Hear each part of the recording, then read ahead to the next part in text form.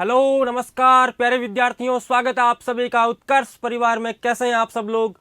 उम्मीद कर रहा हूं कि सब लोग बहुत अच्छे हैं, स्वस्थ हैं, मस्त हैं और अपनी पढ़ाई में ज़बरदस्त तरीके से व्यस्त हैं। सभी को गुड मॉर्निंग, नमस्ते, जय श्री कृष्णा, जय श्री राम। सभी का हार्दिक स्वागत, अभिनंदन उत्कर्ष के इस ऑनलाइन प्लेटफॉर्म पर।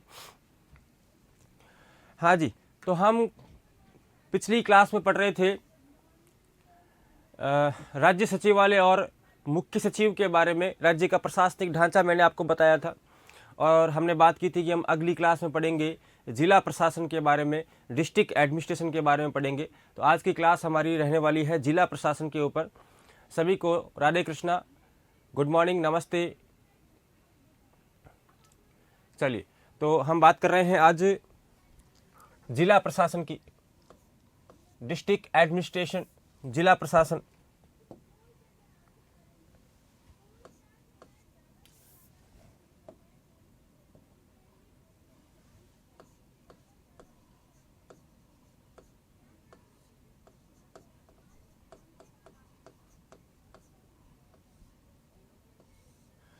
जिला प्रशासन के बारे में पढ़ेंगे, डिस्ट्रिक्ट एडमिनिस्ट्रेशन के बारे में पढ़ेंगे। केंद्र में मंत्रिपरिषद और राज्य में मंत्रिपरिषद डिफरेंट होते हैं क्या, या एक ही होते हैं? मंत्रिपरिषद में मंत्री अलग अलग होते हैं, बाकी दोनों की जो कार्य करने की शक्तियां वगैरह है वो सेम होती है।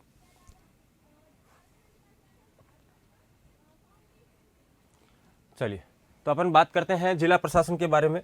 जिला प्रशासन में मैंने उस दिन आपको एक प्रशासनिक ढांचा बताया था, जिले का प्रशासनिक ढांचा, जिसमें जिले को उपखंड में विभाजित किया गया है। जिले को उपखंड में विभाजित किया गया है, उपखंड को तहसील में विभाजित किया गया है, उपखंड को तहसील में। तहसील के नीचे उप तहसील होती है और उसके बाद में होती है आपके पटवार सर्किल।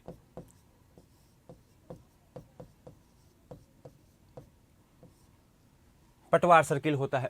तो ये जिले का प्रशासनिक ढांचा है। एग्जाम में कोई सिंपल सा आपको प्रश्न पूछेगा कि जिले को प्रशासनिक सुविधा की दृष्टि से किस में विभाजित किया गया है, तो आंसर क्या करना है आपको? उपखंड में विभाजित किया गया है। या उपखंड को किस में विभाजित किया गया, तो तहसील में विभाजित किया गया है। या हो सकता है कि आपको चारों ही नाम दे दे और आपको कहे कि इन चारों को आपको व्यवस्थित क्रम में, प्रशासनिक ढांचे के वरीयता क्रम में इसको व्यवस्थित करना है। तो ये आपके होगा जिला, उपखंड, तहसील, उप तहसील। मैंने आपको बताया था कि जिले के ऊपर सबसे बड़ा जो प्रशासनिक अधिकारी होता है वो जिला कलेक्टर होता है। जिला कलेक्टर, डिस्ट्रिक्ट मजिस्ट्रेट, जिला कलेक्टर जिले पर, जिला स्तर पर सबसे बड़ा प्रशासनिक अधिकारी होता है।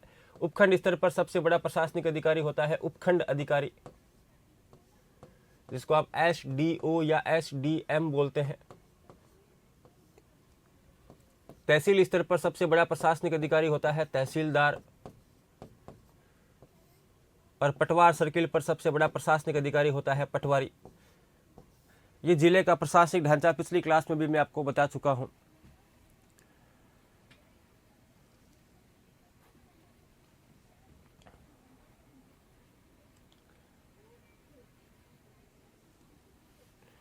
ठीक है, तो अब हम इसमें एक एक करके जो चार पदाधिकारी हैं, जिला कलेक्टर, उपखंड अधिकारी, तहसीलदार और पटवारी, इन चारों के बारे में आज की क्लास में हम डिस्कस करने वाले हैं। सबसे पहले हम जिले स्तर पर सबसे बड़ा जो प्रशासनिक अधिकारी है यानी जिला कलेक्टर के बारे में बात करेंगे। उसके बाद में हम उपखंड अधिकारी के बारे में पढ़ेंगे, फिर हम पढ़ेंगे तहसीलदार के बारे में, फिर पढ़ेंगे हम पटवारी के बारे में। तो सबसे पहले हम क्या पढ़ने वाले हैं इसमें? सबसे पहले हम पढ़ेंगे जिला कलेक्टर।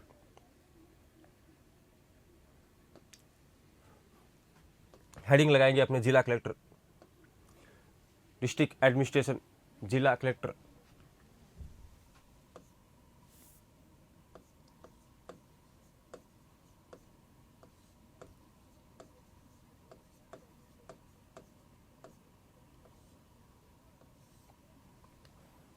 डिस्ट्रिक्ट मजिस्ट्रेट, जिला कलेक्टर। जिला कलेक्टर के बारे में दो तीन बातें हैं जो हम पहले पढ़ चुके हैं। जैसे जिला कलेक्टर जिले का सर्वोच्च प्रशासनिक अधिकारी होता है। जिला कलेक्टर जिले के प्रशासनिक ढांचे में या जिले के संगठनात्मक ढांचे में सबसे शीर्ष स्थान पर स्थित होता है। जिला कलेक्टर भारतीय प्रशासनिक सेवा यानी IAS ऑफिसर होता है, भारतीय प्रशासनिक सेवा का अधिकारी होता है। ये दो तीन बातें जो है हम पहले पढ़ चुके हैं, इनको अपन नोट डाउन करेंगे, लिखेंगे। यह जिले का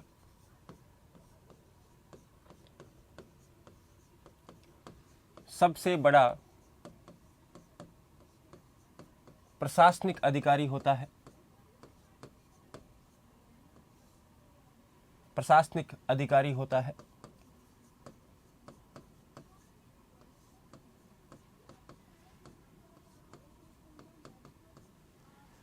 यह जिले का सबसे बड़ा प्रशासनिक अधिकारी होता है। यह जिला प्रशासन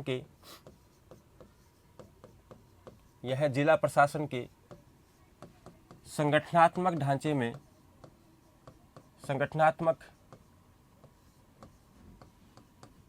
ढांचे के शीर्ष पर स्थित होता है।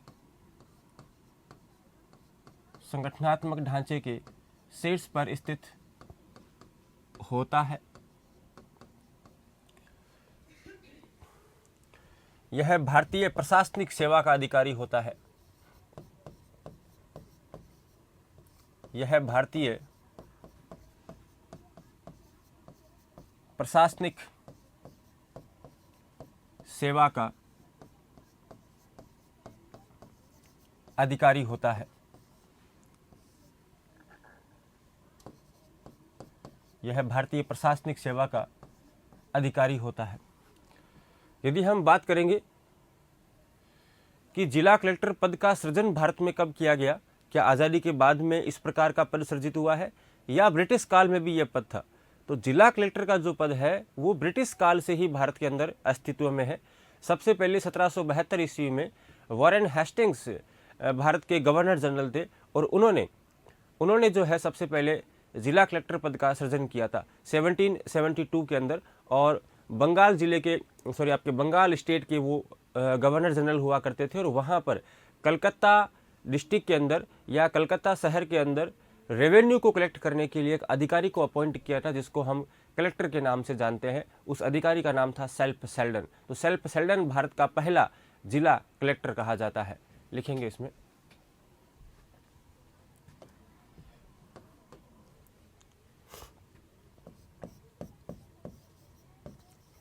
जिला कलेक्टर पद का सृजन, जिला कलेक्टर पद का सृजन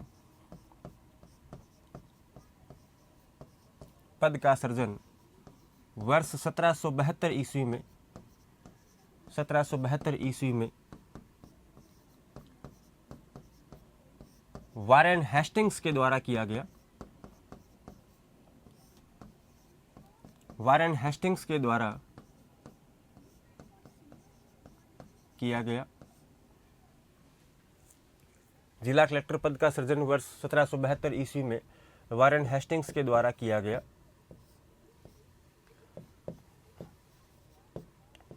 भारत का पहला कलेक्टर सेल्फ सेल्डन को बनाया गया था।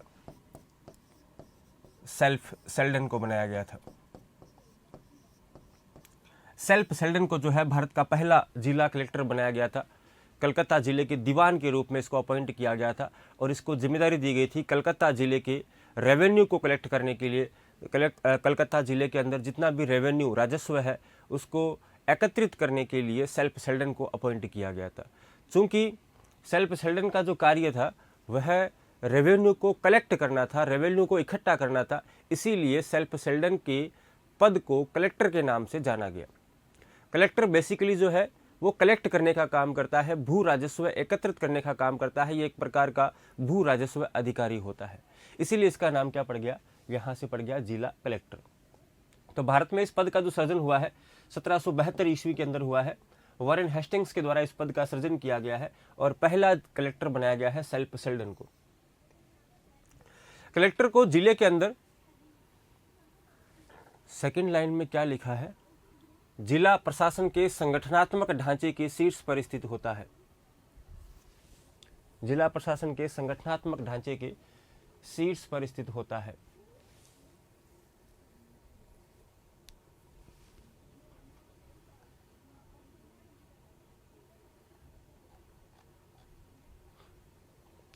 जिला कलेक्टर को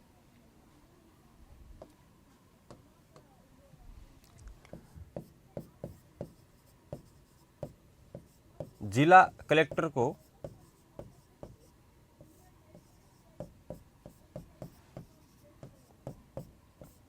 जिले की आंख, कान व हाथ कहा जाता है। जिला कलेक्टर को जिले की आंख, कान व हाथ कहा जाता है। ध्यान रखना भाई, एग्जाम में कोई सवाल पूछेगा जिले के किस पदाधिकारी को जिले की आंख, कान व हाथ कहा जाता है, तो पदाधिकारी है आपका जिला कलेक्टर। क्यों कहते हैं इसको ऐसा?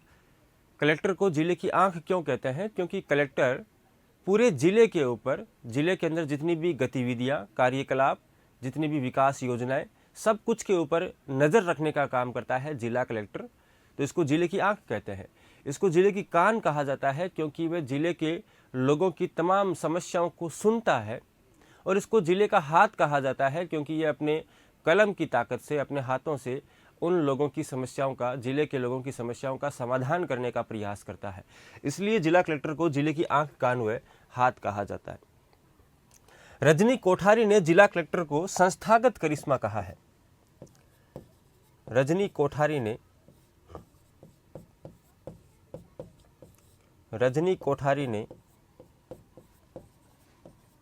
जिला कलेक्टर को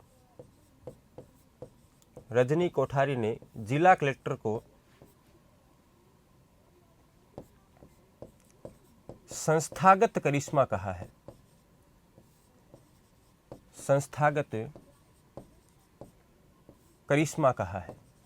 ये क्वेश्चन भी एग्जाम में पूछा गया है कि जिला कलेक्टर को संस्थागत करिश्मा किसने कहा है। ध्यान रखना भाई, रजनी कोठारी ने जिला कलेक्टर को संस्थागत करिश्मा कहा है। या पूछ सकते हैं कि रजनी कोठारी ने संस्थागत करिश्मा संज्ञा किस पदाधिकारी को दी है, तो वो जिला कलेक्टर को दी है। दोनों ही बातें जो है एग्जाम में पूछी गई है, थोड़ा सा ध्यान रखना है इसका। 5-6 पॉइंट्स हमने लिखे हैं कलेक्टर के बारे में। जिले का सबसे बड़ा प्रशासनिक अधिकारी होता है, जिला प्रशासन के संगठनात्मक ढांचे के शीर्ष पर स्थित होता है, भारतीय प्रशासनिक सेवा का अधिकारी होता है। जिला कलेक्टर पद का सृजन 1772 में वॉरेन हेस्टिंग्स के द्वारा किया गया था, पहला कलेक्टर भारत का, सेल्फ सेल्डन। और जिला प्रशासन की या जिले की आंख, कान व हाथ इसे कहा जाता है और जिले का संस्थागत करिश्मा कहा जाता है। अब सवाल यह है कि रजनी कोठारी ने जिला कलेक्टर को संस्थागत करिश्मा क्यों कहा है, इसके पीछे रीजन क्या है? संस्थागत करिश्मा इसलिए कहा है कि जिला कलेक्टर जिले में विभिन्न प्रकार की भूमिकाओं को अदा करता है। जैसे जिले में यदि चुनाव है तो ये मुख्य निर्वाचन अधिकारी के रूप में कार्य करता है। जिले में यदि जनगणना हो रही है, सेंसस हो रहा है, जनगणना हो रही है, तो ये मुख्य जनगणना अधिकारी के रूप में काम करता है। चुनाव के बाद में मतगणना होती है, वोटों की काउंटिंग होती है, तो ये मतगणना अधिकारी के रूप में कार्य करता है। जिले में जब कोई बड़ा पदाधिकारी जैसे राष्ट्रपति है, राज्यपाल है, मुख्यमंत्री है या सरकार का कोई मंत्री है, प्रधानमंत्री है, ये जैसे ही जिले के अंदर आते हैं तो वो उनको प्रोटोकॉल उपलब्ध करवाता है। ये जिले में मुख्य प्रोटोकॉल अधिकारी के रूप में काम करता है। जिले में कहीं पर भी कोई आपदा आ जाए, कोई महामारी आ जाए, भूकंप आ जाए, बाढ़ आ जाए, तो ऐसी कंडीशन में मुख्य आपदा निवारण अधिकारी के रूप में काम करता है। जिले में जितनी भी विकास योजनाएं सरकार की चल रही है, सरकार ने जो, चाहे स्टेट गवर्नमेंट है या फिर आपकी सेंट्रल गवर्नमेंट है, उन्होंने जितनी भी विकास योजनाएं चलाई है, उन विकास योजनाओं का ठीक ढंग से इम्प्लीमेंटेशन हो रहा है कि नहीं हो रहा है, धरातल पर उन विकास योजनाओं का लाभ लाभार्थियों को मिल रहा है या नहीं मिल रहा है, ये सब कुछ सुनिश्चित करते हुए ये जिला विकास अधिकारी के रूप में काम करता है। जिले के अंदर भू राजस्व एकत्रित करने वाला सबसे बड़ा पदाधिकारी या सबसे जो है जिम्मेदार पदाधिकारी यही होता है। और इसका महत्वपूर्ण कार्य, जिस पद के लिए इसका सृजन किया गया था, भू राजस्व का एकत्रण करना।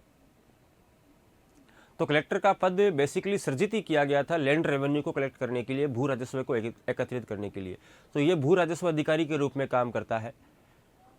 इसके अलावा जिले के अंदर कानून व्यवस्था को मेंटेन करना, जिले के अंदर जो आपकी लॉ एंड ऑर्डर है उसको मेंटेन करना इसकी मुख्य जिम्मेदारी है। जिले में शांति व्यवस्था बनी रहे, कहीं पर भी लड़ाई झगड़े ना हो, दंगे ना हो, फसाद ना हो, इस प्रकार का कार्य करता है। और यदि ऐसा कुछ हो जाता है, जिले में कोई अप्रिय घटना हो जाती है, जिले में कहीं पर दंगे हो जाते हैं, तो ये शांति व्यवस्था को कायम रखने के लिए धारा 144 लागू करता है। इसके अलावा जिले के अंदर जितने भी हथियार हैं उन हथियारों को लाइसेंस प्रोवाइड करवाता है।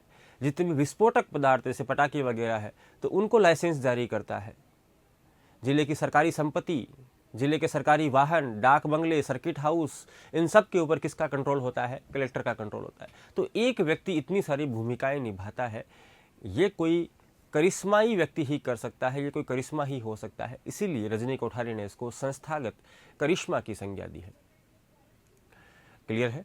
तो अब अपन पढ़ेंगे जिला कलेक्टर के कार्य के बारे में। ये जो मैंने आपको बातें बताई है ये सब कुछ क्या है? जिला कलेक्टर के कार्य है। तो लिखेंगे जिला कलेक्टर के कार्य।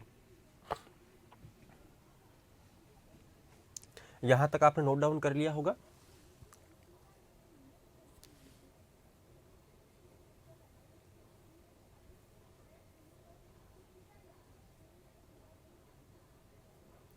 चलिए अपन लिखेंगे जिला कलेक्टर के कार्य।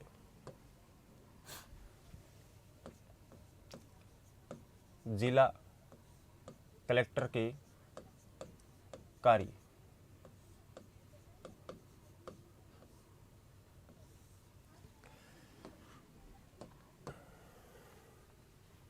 लिखेंगे जिले में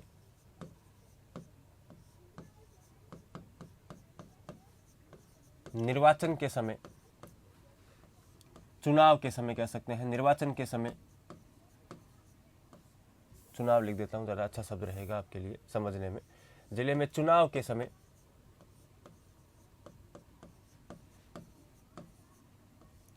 मुख्य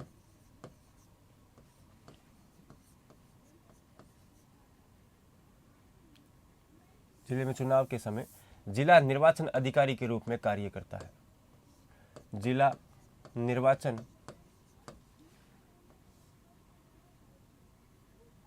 अधिकारी के रूप में कार्य करता है।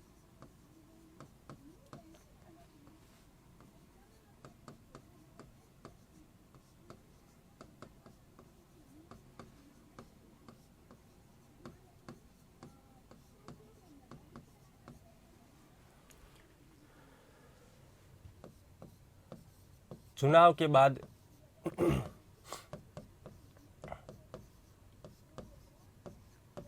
मतगणना स्थल पर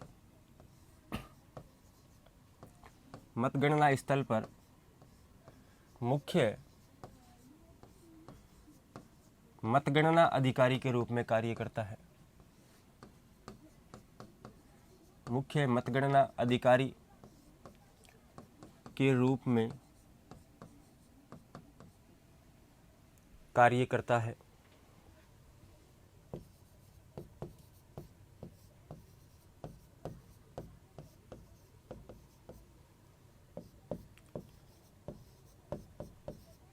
जनगणना के समय मुख्य जनगणना अधिकारी के रूप में कार्य करता है। मुख्य जनगणना अधिकारी के रूप में कार्य करता है।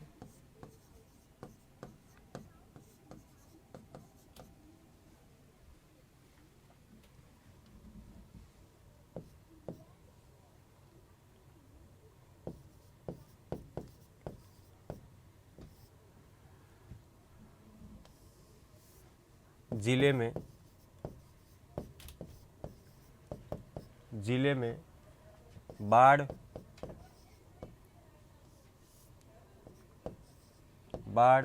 भूकंप,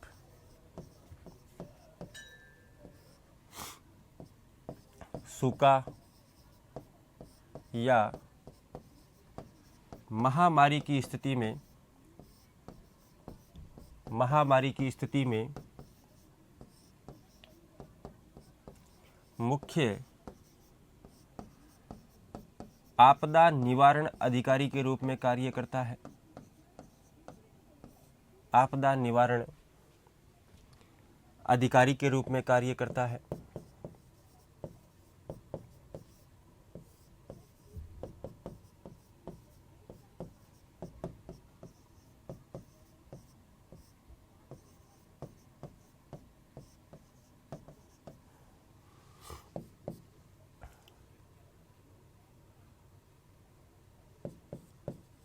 जिले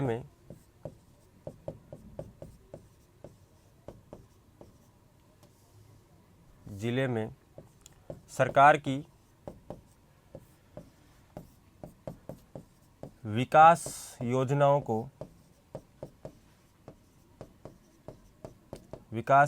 को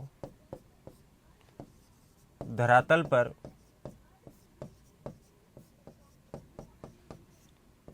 लागू करने के लिए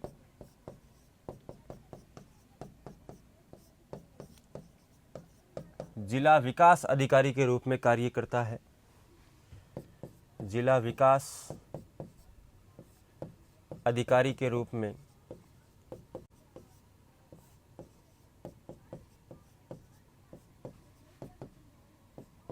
कार्य करता है।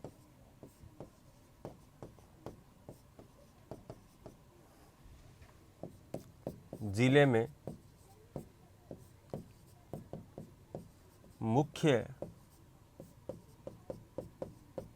प्रोटोकॉल अधिकारी के रूप में कार्य करता है। मुख्य प्रोटोकॉल अधिकारी के रूप में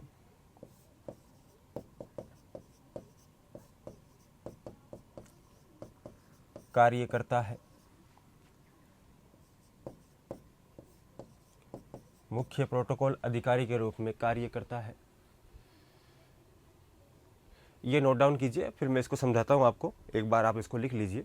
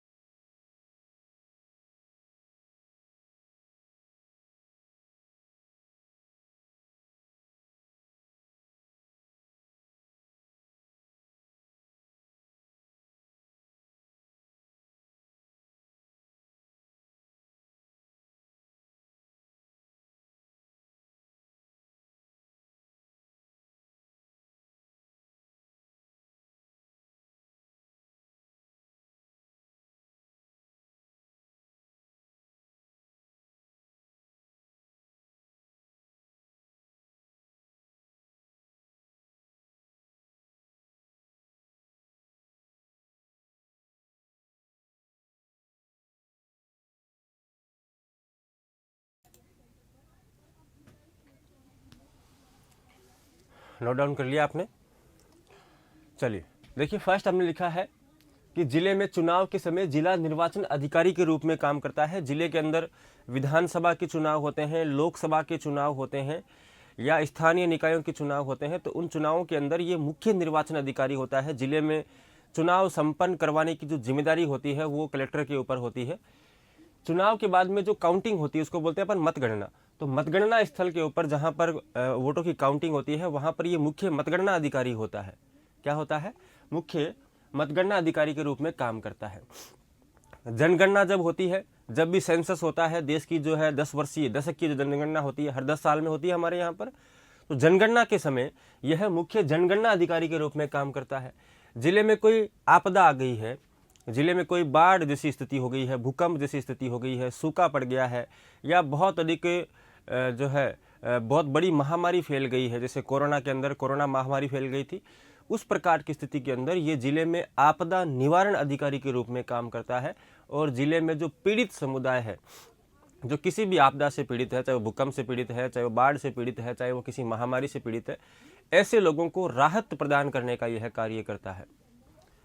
इसके अलावा सरकार की जो योजनाएं हैं, सरकार की जो विकास योजनाएं हैं, डेवलपमेंट की स्कीम्स है, उनको धरातल पर लागू करने के लिए मुख्य विकास अधिकारी के रूप में यह कार्य करता है।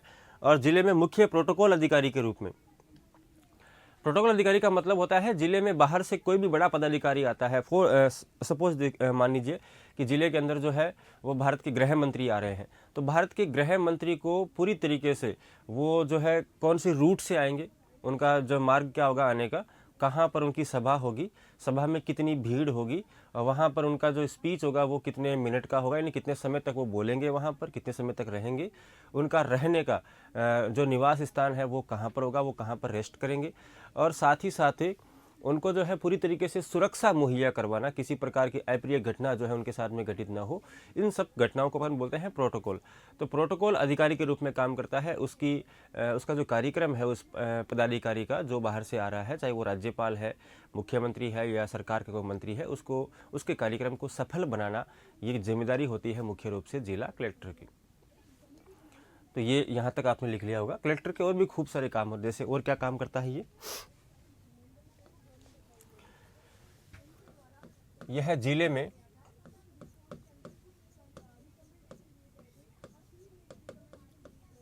भू राजस्व, लैंड रेवेन्यू, भू राजस्व एकत्रित करता है तथा भू राजस्व की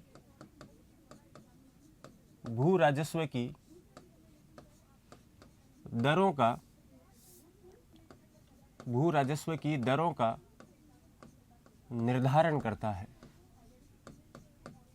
भू राजस्व की दरों का निर्धारण करता है। भू राजस्व की दरों का निर्धारण करता है। लैंड रेवेन्यू कलेक्ट करना जो इसका मुख्य कार्य है, और लैंड रेवेन्यू की जो रेट्स है, यानी भू राजस्व की दर क्या होगी, कितने परसेंट जो है वो भू राजस्व के ऊपर टैक्स लगेगा, ये सब कुछ डिसाइड कौन करता है? जिले में जिले का कलेक्टर करता है। इसके अलावा यह जिले की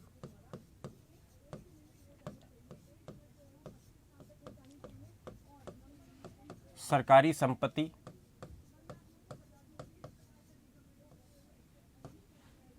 सरकारी वाहन,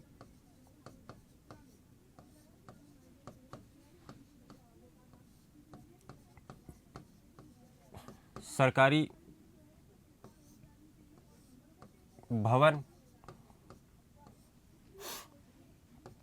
इमारतें,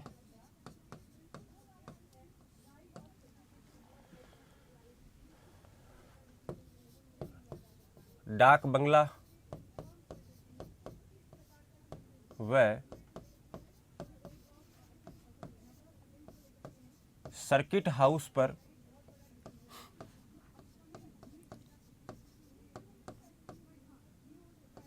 नियंत्रण रखता है तथा उनकी सुरक्षा सुनिश्चित करता है। उनकी सुरक्षा सुनिश्चित करता है। जिले के अंदर जितनी भी गवर्नमेंट की प्रॉपर्टी है, सरकार की संपत्ति है, इसके अलावा जिले में जितने भी सरकार के वाहन हैं, सरकार के जो वाहन हैं, जिले में जितने भी सरकारी भवन हैं, सरकार की इमारतें हैं, डाक बंगले हैं, सर्किट हाउस। डाक बंगला सर्किट हाउस का मतलब होता है सरकार के जो है इस प्रकार के आवासीय भवन, जहाँ पर कोई भी बड़ा पदाधिकारी आता है तो उसके रुकने के लिए वहाँ पर स्थान होता है, उसके ठहरने के लिए। एक प्रकार से आप मान लीजिए सरकारी होटल होती है जहाँ पर सरकार के पदाधिकारी रुक सकते हैं। एमएलए कोई आता है, कोई मंत्री आता है सरकार में, कोई बड़ा पदाधिकारी आता है तो वहाँ पर वो रुक सकता है। तो उन सब के ऊपर ये कंट्रोल रखता है और उनकी सुरक्षा को सुनिश्चित करता है। जिले में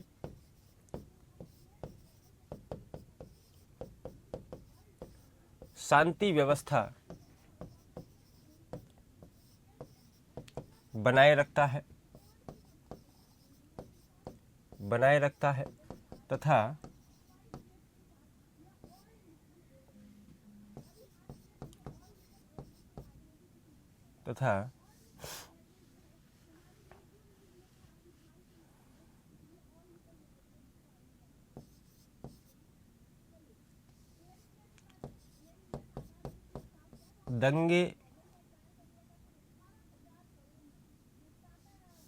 दंगे की स्थिति में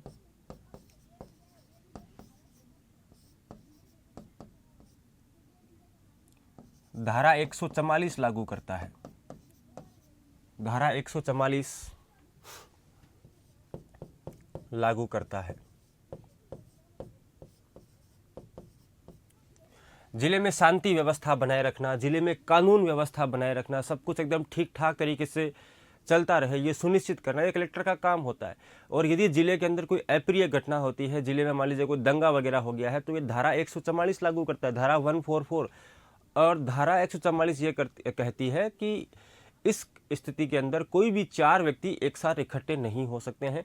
4 व्यक्ति एक साथ कहीं पर चाय की थड़ी पर नहीं बैठ सकते हैं, बाजार में बाहर नहीं निकल सकते हैं। तो इस प्रकार की धारा जो है वो जिले में शांति व्यवस्था को, जिले में कानून व्यवस्था को बनाए रखने के लिए जिला कलेक्टर के द्वारा जारी की जाती है। इसके अलावा जिले में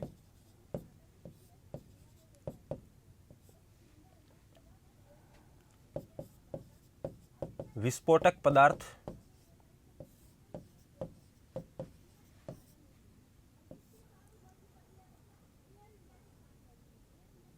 तथा हथियारों के लाइसेंस जारी करता है। हथियारों के लाइसेंस जारी करता है। हथियारों के लाइसेंस जो है वो जारी करता है।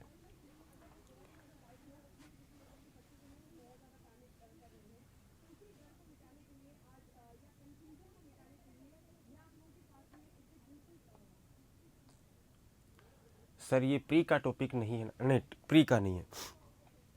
देखो प्री के अंदर आपके पॉलिटी सीधे सिलेबस के अंदर नहीं दे रखी है। फर्स्ट डे से ही मैं आपको ये बता रहा हूँ।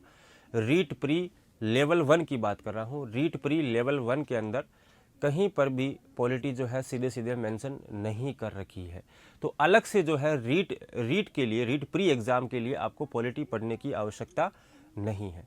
ये जितने भी टॉपिक्स हमने पढ़े हैं ये 3rd ग्रेड के हिसाब से हमने पढ़े हैं। जो आपका रीट मेंस का एग्ज़ाम होगा उसके लिए हम इन सब टॉपिक्स को हमने पढ़ा है।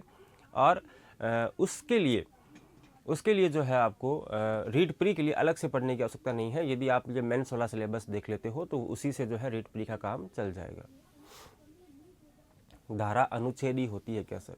धारा अलग होती है, अनुच्छेद अलग होता है। अनुच्छेद जो है वो संविधान के अंदर अनुच्छेद होते हैं, धारा जो है वो कानून की धारा होती है। हाँ, देवली उनियारा में लगाई गई धारा 144, तो वहाँ पर कुछ इस प्रकार की अप्रिय घटना घटित हो गई थी, वहाँ का माहौल ख़राब हो गया था, तो शांति व्यवस्था को बनाए रखने के लिए, लॉ एंड ऑर्डर को मेंटेन करने के लिए धारा 144 को वहाँ पर लागू किया गया। सर और कितने दिन का रहा है सिलेबस? 2 दिन का, कल और परसों 2 दिन, ठीक है। 2 दिन बाद में सिलेबस कंप्लीट है आपका। चलिए, तो जिले में जो विस्फोटक पदार्थ होते हैं, विस्फोटक पदार्थ का मतलब होता है जो पटाखे वगैरह होते हैं ना, विस्फोटक पदार्थ और हथियार, जैसे मान लीजिए बंदूक, यदि आपको बंदूक लेनी है या आपको तलवार अपने पास में रखनी है हमेशा, तो ऐसी कंडीशन में आप बिना लाइसेंस के बंदूक नहीं रख सकते, बिना लाइसेंस के अपने साथ में तलवार लेकर के आप कहीं पर सार्वजनिक स्थान पर नहीं घूम सकते हैं। इसके लिए आपको पहले कलेक्टर से परमिशन लेनी पड़ती है, कलेक्टर से आपको लाइसेंस लेना पड़ता है और कलेक्टर आपको इसके लिए लाइसेंस इशू करता है। उसी के बाद में आप उस हथियार को अपने पास में रख सकते हैं। तो जितने भी हथियार वगैरह होते हैं, जितने भी विस्फोटक पदार्थ होते हैं, दीपावली के समय आप देखते हो कि दीपावली के समय पटाखों की दुकानें लगती है, तो पटाखों की दुकानों को लाइसेंस कौन जारी करता है? वो पटाखों की दुकानों को लाइसेंस जारी करता है जिला कलेक्टर। जिला कलेक्टर जो है इनको लाइसेंस जारी करता है। चलो, हाँ, जिला कलेक्टर को ही जिला मजिस्ट्रेट कहा जाता है, एक ही बात है। जिला कलेक्टर कह सकते हैं, इसको जिला मजिस्ट्रेट भी कह सकते हैं। जिला मजिस्ट्रेट, जिला मजिस्ट्रेट भी इसी को बोलते हैं। डीएम, डिस्ट्रिक्ट मजिस्ट्रेट, डीएम बोलते हैं। तो कलेक्टर बोल दीजिए, डिस्ट्रिक्ट मजिस्ट्रेट यानी डीएम बोल दीजिए, एक ही बात है ना, एक ही बात है। जिला कलेक्टर बोलिए, जिला मजिस्ट्रेट बोलिए, शॉर्ट में इसको बोलेंगे DM, district magistrate. District magistrate क्यों बोलते हैं कलेक्टर को? भाई कलेक्टर क्यों बोलते हैं? कलेक्टर बोलने के पीछे तो कारण यह है कि ये भू राजस्व कलेक्ट करने का काम करता है। और मजिस्ट्रेट इसको इसलिए बोलते हैं क्योंकि ये मजिस्ट्रेट का कार्य भी करता है। कलेक्टर के पास में मजिस्ट्रेट पावर, मजिस्ट्रेट का मतलब होता है बेसिकली जज, जो न्यायाधीश होता है उसको कहते हैं अपन मजिस्ट्रेट। लेकिन कलेक्टर के पास में, कलेक्टर एक प्रशासनिक अधिकारी होता है, उसके बावजूद भी कलेक्टर के पास में कुछ मजिस्ट्रेट पावर होती है, कुछ न्यायिक शक्तियां होती है, जिसके तहत जिले के अंदर भूमि सीमा विवाद जितने भी होते हैं, भूमि सीमा विवाद का मतलब है दो भाइयों के बीच में ज़मीन को लेकर के विवाद हो जाता है, दो भाइयों के बीच में ज़मीन की सीमा को लेकर के, उसके सीमांकन को लेकर के विवाद हो जाता है, बंटवारे को लेकर के विवाद हो जाता है, नामांतरण को लेकर के विवाद हो जाता है। तो इस प्रकार के विवादों का निपटारा कौन करता है? जिला कलेक्टर करता है, इसलिए इसको बोलते हैं अपन जिला मजिस्ट्रेट। तो जिला कलेक्टर जो है वह न्याय की कुर्सी के ऊपर भी बैठता है, कोर्ट के रूप में, मजिस्ट्रेट के रूप में भी यह कार्य करता है। इसके पास में मजिस्ट्रेट पावर होती है, न्यायिक शक्तियां होती है। तो अपन लास्ट में अंतिम पॉइंट लिखेंगे कलेक्टर की शक्तियों में कि यह जिला मजिस्ट्रेट के रूप में, जिला मजिस्ट्रेट के रूप में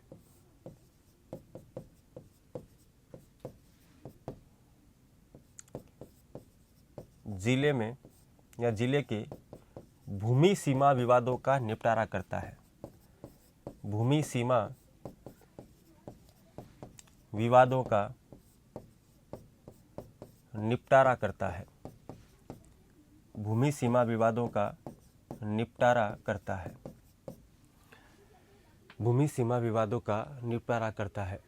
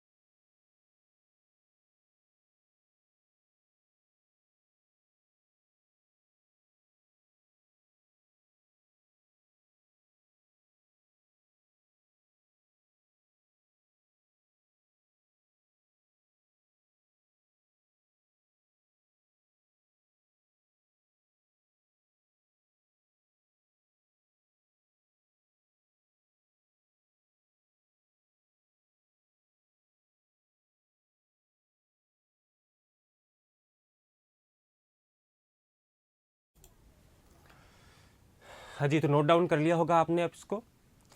जिला कलेक्टर के बारे में, इसके बारे में हमने तमाम जो बातें की है, इसके बाद में हम पढ़ने वाले हैं सेकंड जो है हम पढ़ेंगे उपखंड अधिकारी के बारे में। उपखंड अधिकारी यानी एसडीएम के बारे में हम पढ़ेंगे। चलिए, तो अगला अपन यहाँ पर हेडिंग क्या लगाएंगे, लिखेंगे उपखंड अधिकारी। सेकंड हम पढ़ेंगे उपखंड अधिकारी।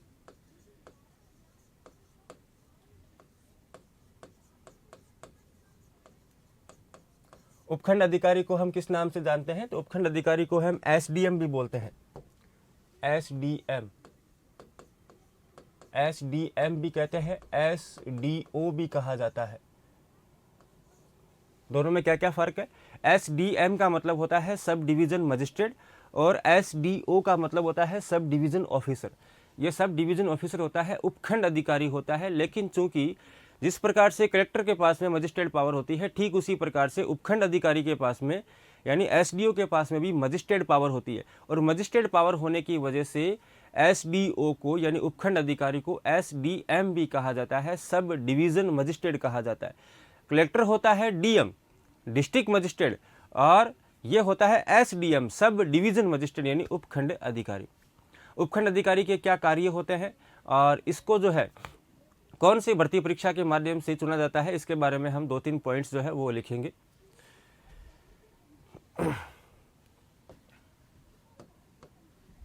पहला पॉइंट है कि यह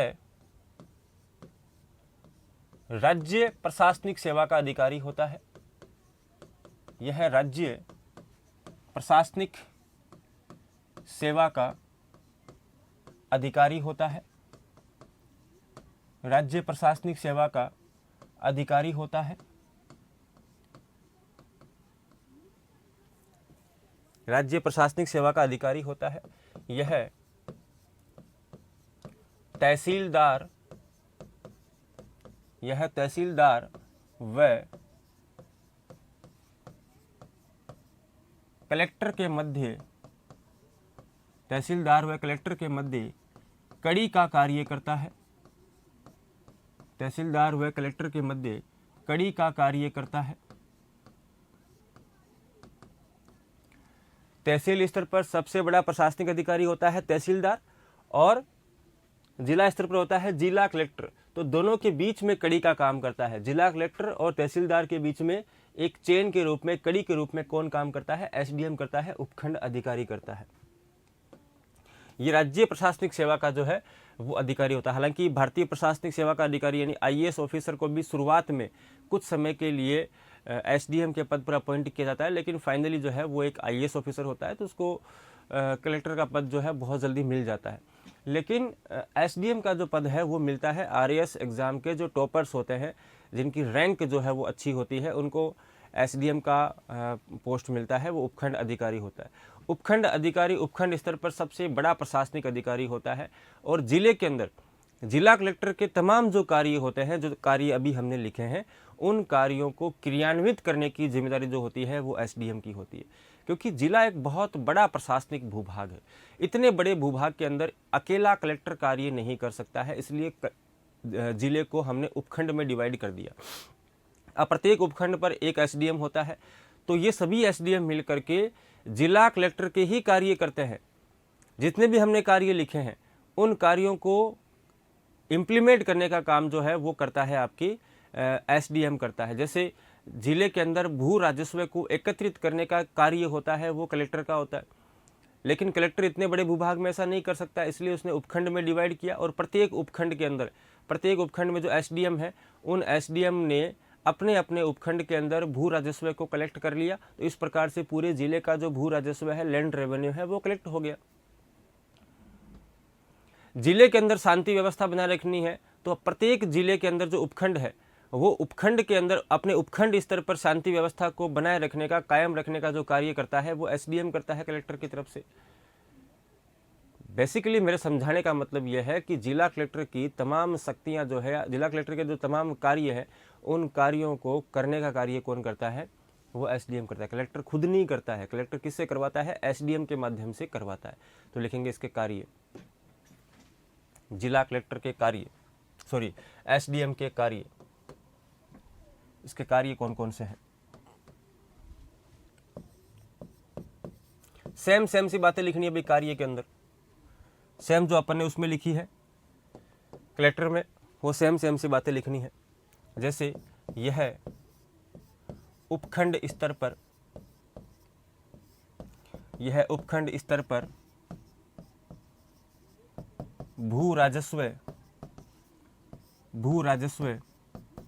एकत्रित करता है।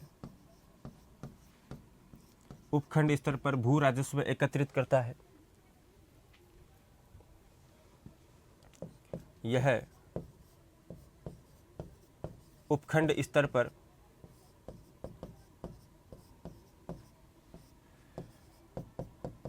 या यह अपने उपखंड में,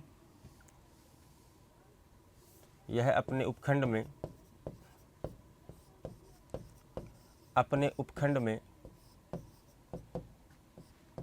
शांति व्यवस्था बनाए रखता है। शांति व्यवस्था बनाए रखता है। यह उपखंड में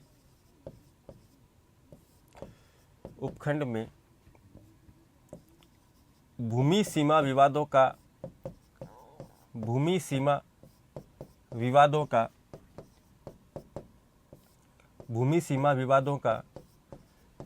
निपटारा करता है।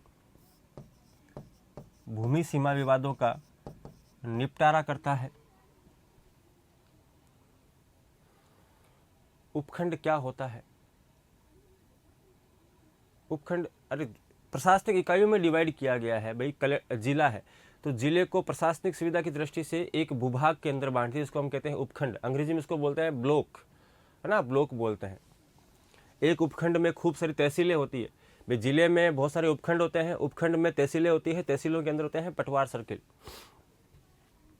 तो यह उपखंड में भूमि सीमा विवादों का निपटारा करता है। इसके अलावा यह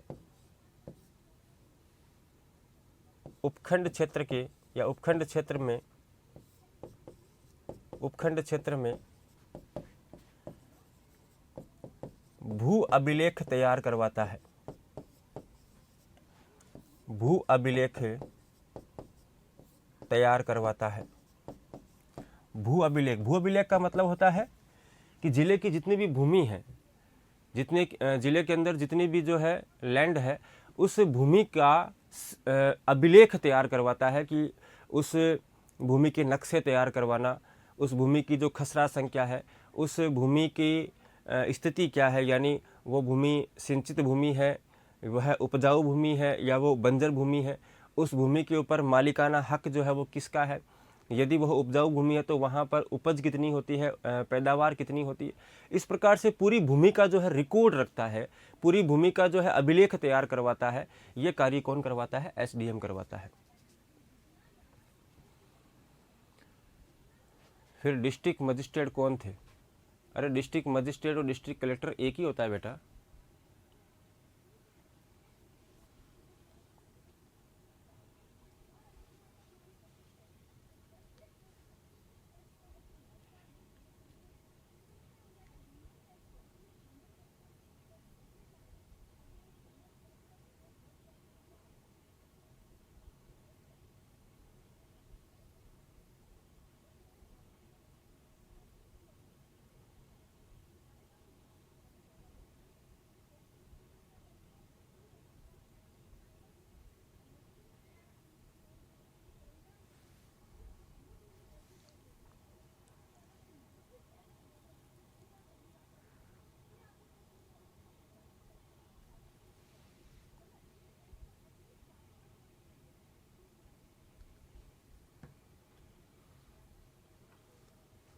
देख लिया।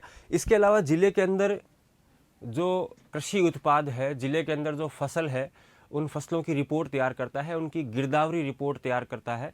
जिले के अंदर कहीं पर मान लीजिए सूखा पड़ गया है, कहीं पर जो है ज़्यादा बरसात की वजह से फसलें खराब हो गई है, तो फसल खराब होने की स्थिति के अंदर उपखंड क्षेत्र के किसानों को मुआवजा दिलवाने का काम करता है। ठीक है, उनको जो है आर्थिक मदद दिलाने का कार्य करता है। इसके अलावा ज़िले के अंदर जो सार्वजनिक जिसको हम बोलते हैं उचित मूल्य की दुकान या सार्वजनिक वितरण की जो दुकान होती है, वहाँ पर जो आवश्यक वस्तुएं जैसे गेहूँ आपको मिलते हैं, वहाँ पर उचित मूल्य की दुकान के ऊपर गेहूँ मिलते हैं, चीनी मिलता है, दाल मिलती है, जो भी सरकार की तरफ से स्कीम और योजना के तहत सार्वजनिक वितरण की दुकान पर या उचित मूल्य की दुकान के ऊपर मिलती है, उन सभी वस्तुओं को वहाँ पर वितरित करवाना और सभी लोगों में न्यायपूर्ण तरीके से उन वस्तुओं का वितरण होता रहे, इसके लिए वह उन दुकानों का निरीक्षण करता है, वहाँ पर जो है ये सुनिश्चित करता है। बीच बीच में कमेंट करके डिस्टर्ब मत किया करो, कुछ भी कमेंट कर देते हो, तुम लोगों का पता ही नहीं है, मेरा ध्यान इधर जाता है तो मैं जो पढ़ाना होता है उसके ऊपर फोकस नहीं हो पाता है।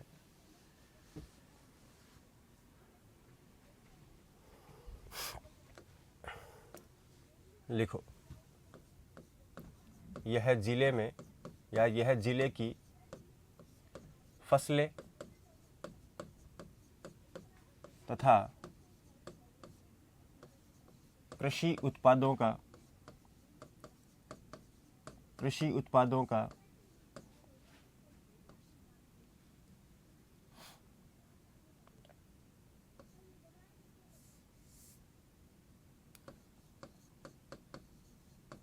आंकलन करवाता है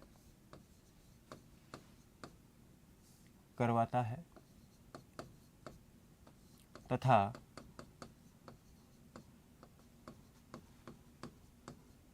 फसल खराब होने की स्थिति में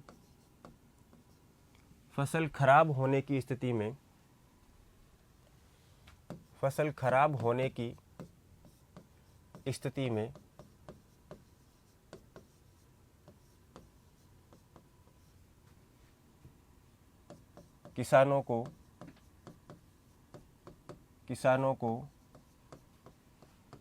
उचित मुआवजा दिलवाता है। किसानों को उचित मुआवजा दिलवाता है। किसानों को उचित मुआवजा दिलवाता है।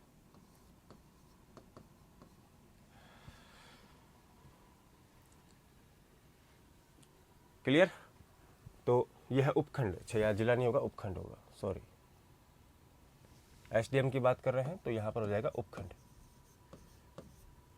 यह उपखंड की फसलें तथा कृषि उत्पादों का आंकलन करवाता है कि कितनी फसल होने वाली है, किसी ज़मीन के ऊपर कितना कृषि उत्पादन होने वाला है, कितना अनाज होने वाला है, कितने गेहूं, कितना बाजरा, कितनी दालें होने वाली है, इन सब का आंकलन करवाता है। और किसी स्थिति की वजह से यदि किसानों की फसलें खराब होती है तो उन किसानों को मुआवजा दिलाने का कार्य करता है, वो एसडीएम करता है। यह उपखंड क्षेत्र में उचित मूल्य की दुकानों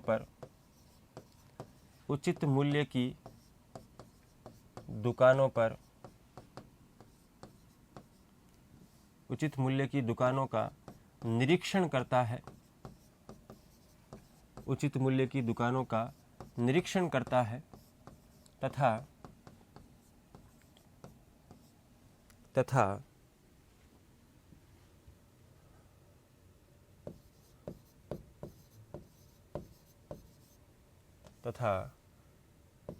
वहाँ पर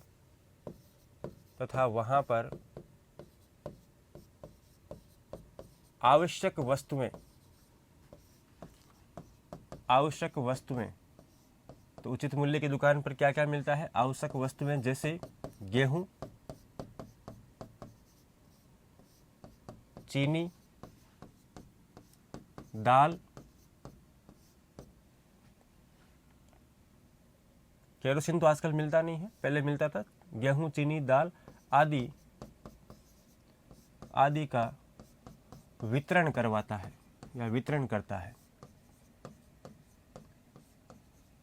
उचित मूल्य की दुकान पर गेहूं मिलता रहे, उसका स्टॉक रहे, दालों का स्टॉक रहे, चीनी का स्टॉक रहे, सरकार जो भी वितरित करवा रही है, तो उन तमाम वस्तुओं को वहाँ पर उचित मूल्य की दुकान के ऊपर वितरित करवाता है और उन दुकानों का निरीक्षण करता है कि वहाँ पर सही ढंग से और सभी लोगों को न्यायपूर्ण तरीके से तमाम वस्तुएं मिल रही है या नहीं मिल रही है, यह सुनिश्चित करने का काम करता है उपखंड अधिकारी।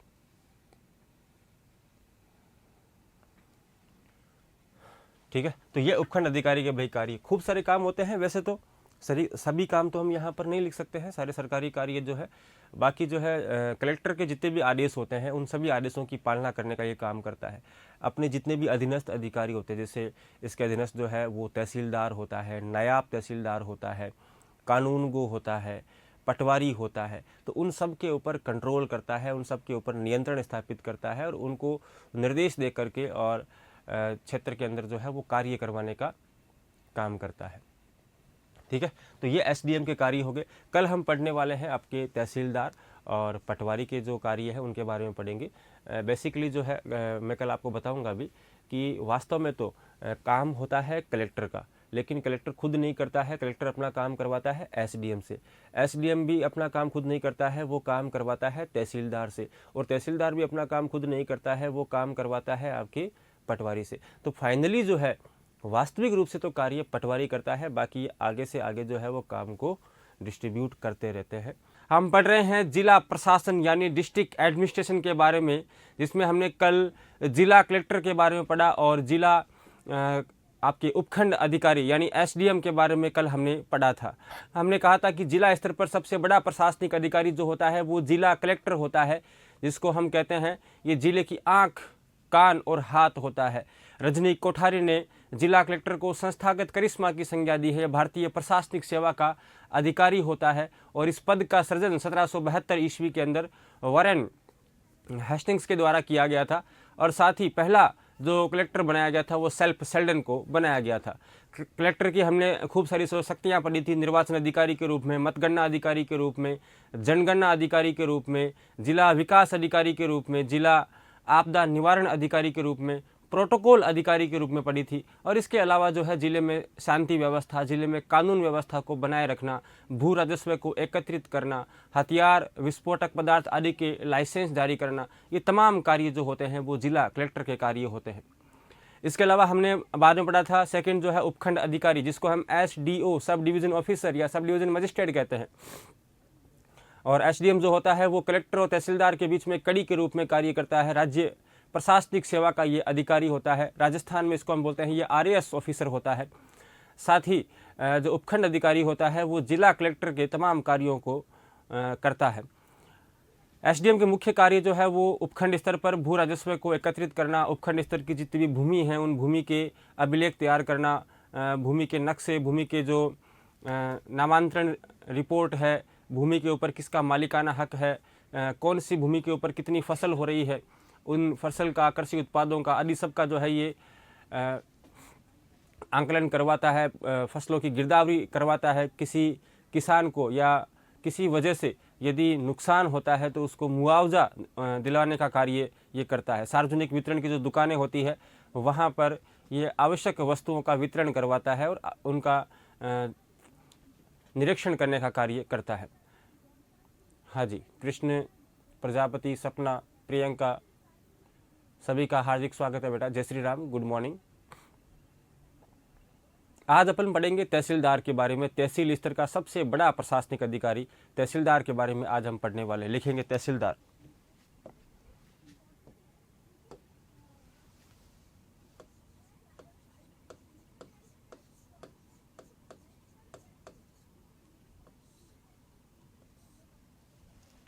तहसीलदार के बारे में पढ़ेंगे। दो तीन बातें इसमें लिखते हैं। जैसे यह तहसील स्तर का सबसे बड़ा प्रशासनिक अधिकारी होता है। यह तहसील स्तर पर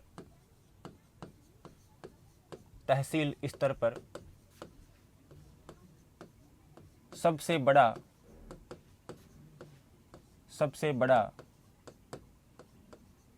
प्रशासनिक अधिकारी होता है।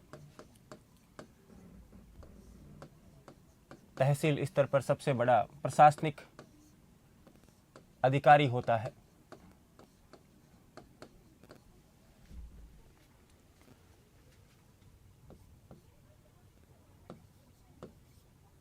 यह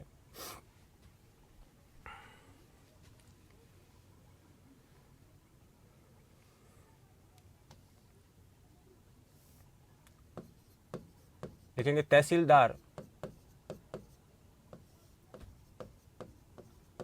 अरबी भाषा का शब्द है।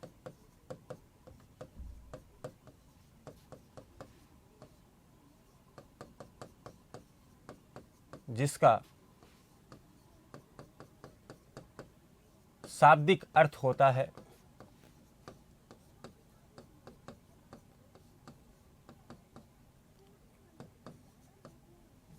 जिसका शाब्दिक अर्थ होता है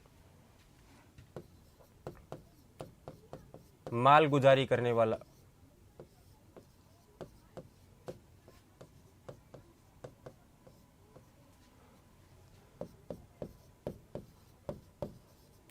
राजस्थान में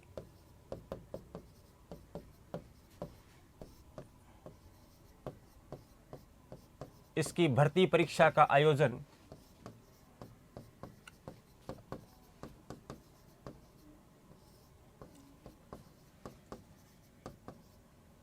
राजस्थान लोक सेवा आयोग राजस्थान लोक सेवा आयोग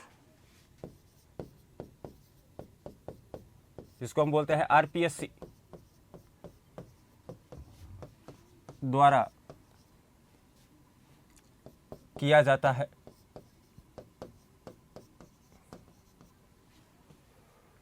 और इसकी नियुक्ति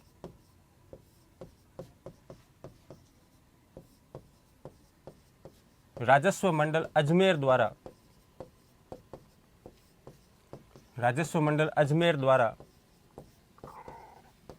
की जाती है। इस पॉइंट को थोड़ा ध्यान रखना भी है ना, एग्जाम में कई बार पूछा गया है। तहसीलदार की नियुक्ति कौन करता है? अपॉइंटमेंट। तो तहसील स्तर का सबसे बड़ा प्रशासनिक अधिकारी होता है। और तहसीलदार जो है बेसिकली अरबी भाषा का शब्द है जिसका अर्थ होता है माल गुजारी करने वाला। इसकी भर्ती परीक्षा का आयोजन करवाता है राजस्थान लोक सेवा आयोग यानी RPSC, Rajasthan public service commission. और आरपीएससी कहाँ पर स्थित है? अजमेर में है। तो आरपीएससी इसका एग्जाम करवाती है और इसकी नियुक्ति करता है राजस्व मंडल अजमेर। यह प्रश्न एग्जाम में कई बार पूछा गया है। तहसीलदार की नियुक्ति कौन करता है? तहसीलदार की नियुक्ति राजस्व मंडल अजमेर करता है, क्योंकि यह राजस्व सेवा का अधिकारी होता है। यह राजस्व सेवा का अधिकारी होता है। यह तहसील राजस्व सेवा का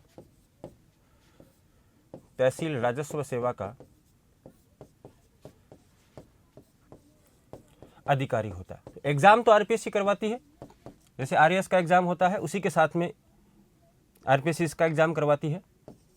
लेकिन इसकी जो नियुक्ति है, इसकी जो अपॉइंटमेंट है, वो राजस्व मंडल अजमेर करवाता है। Revenue department. राजस्व मंडल क्या होता है? राजस्व कलेक्ट करने वाला जो विभाग होता है, जो रेवेन्यू को कलेक्ट करता है, उसको बोलते हैं अपन राजस्व मंडल। और ये कहाँ पर स्थित है? आपके अजमेर में है। तो राजस्व मंडल अजमेर तहसीलदार की जो है अपॉइंटमेंट करता है, उसकी नियुक्ति करता है। लिखेंगे इनको।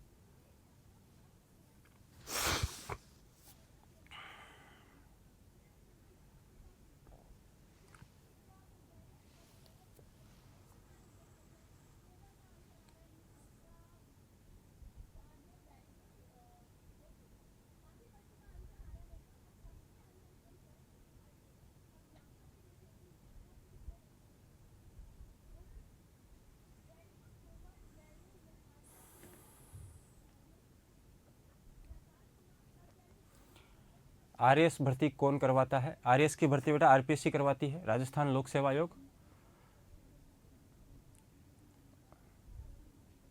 राधे कृष्णा सर, मेरे कमेंट्स आ रहे हैं क्या? बिल्कुल आपके कमेंट्स आ रहे हैं बेटा। कोर्स कब तक हो जाएगा? कल आपका कोर्स कंप्लीट हो जाएगा। कल आपकी लास्ट क्लास रहेगी, कल ये कोर्स कंप्लीट हो जाएगा आपका।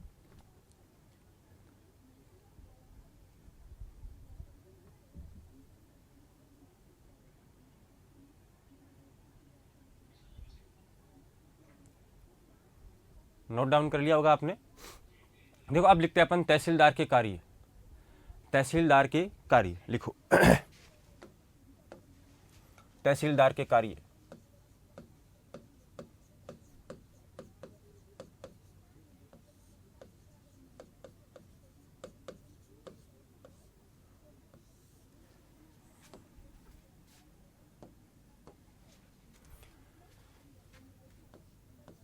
देखिए तहसीलदार का मुख्य कार्य,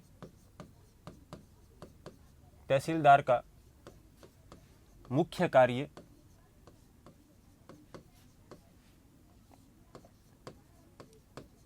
तहसील स्तर पर भू राजस्व का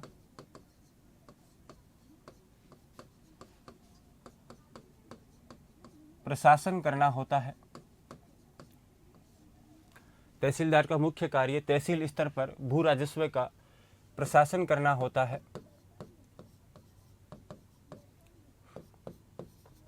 यह तहसील के गांव में भू अभिलेख, नक्शा व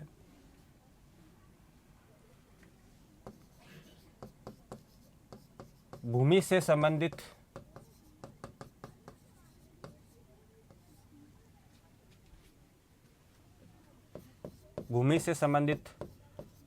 रिकॉर्ड जैसे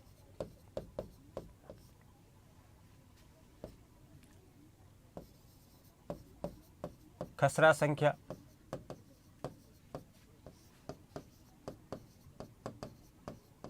नामांतरण,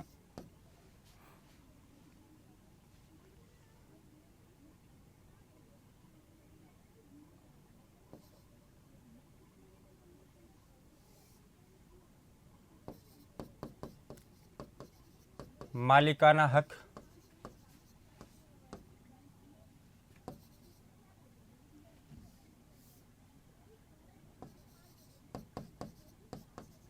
भूमि की प्रकृति,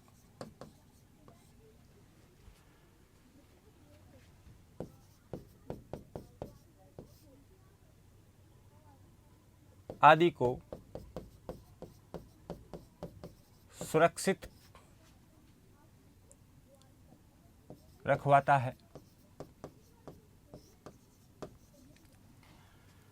तहसील के जितने भी गांव हैं, तहसील के गांव के अंदर जो भू अभिलेख है, भूमि के नक्शे हैं, भूमि से संबंधित जितने भी रिकॉर्ड, जैसे कि भूमि की खसरा संख्या क्या होगी, भूमि किसके नाम पर है, उसका मालिकाना हक किसके पास है, भूमि की प्रकृति क्या है, यानी सिंचित भूमि है या बंजर भूमि है, आदि जितने भी रिकॉर्ड होते हैं उन रिकॉर्ड को ये सुरक्षित रखवाने का कार्य करता है। इसके अलावा भू राजस्व के दोषियों को, भू राजस्व के दोषियों की फसल अथवा चल अचल संपत्ति को नीलाम करके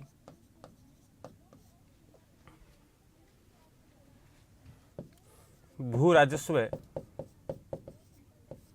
वसूल करता है।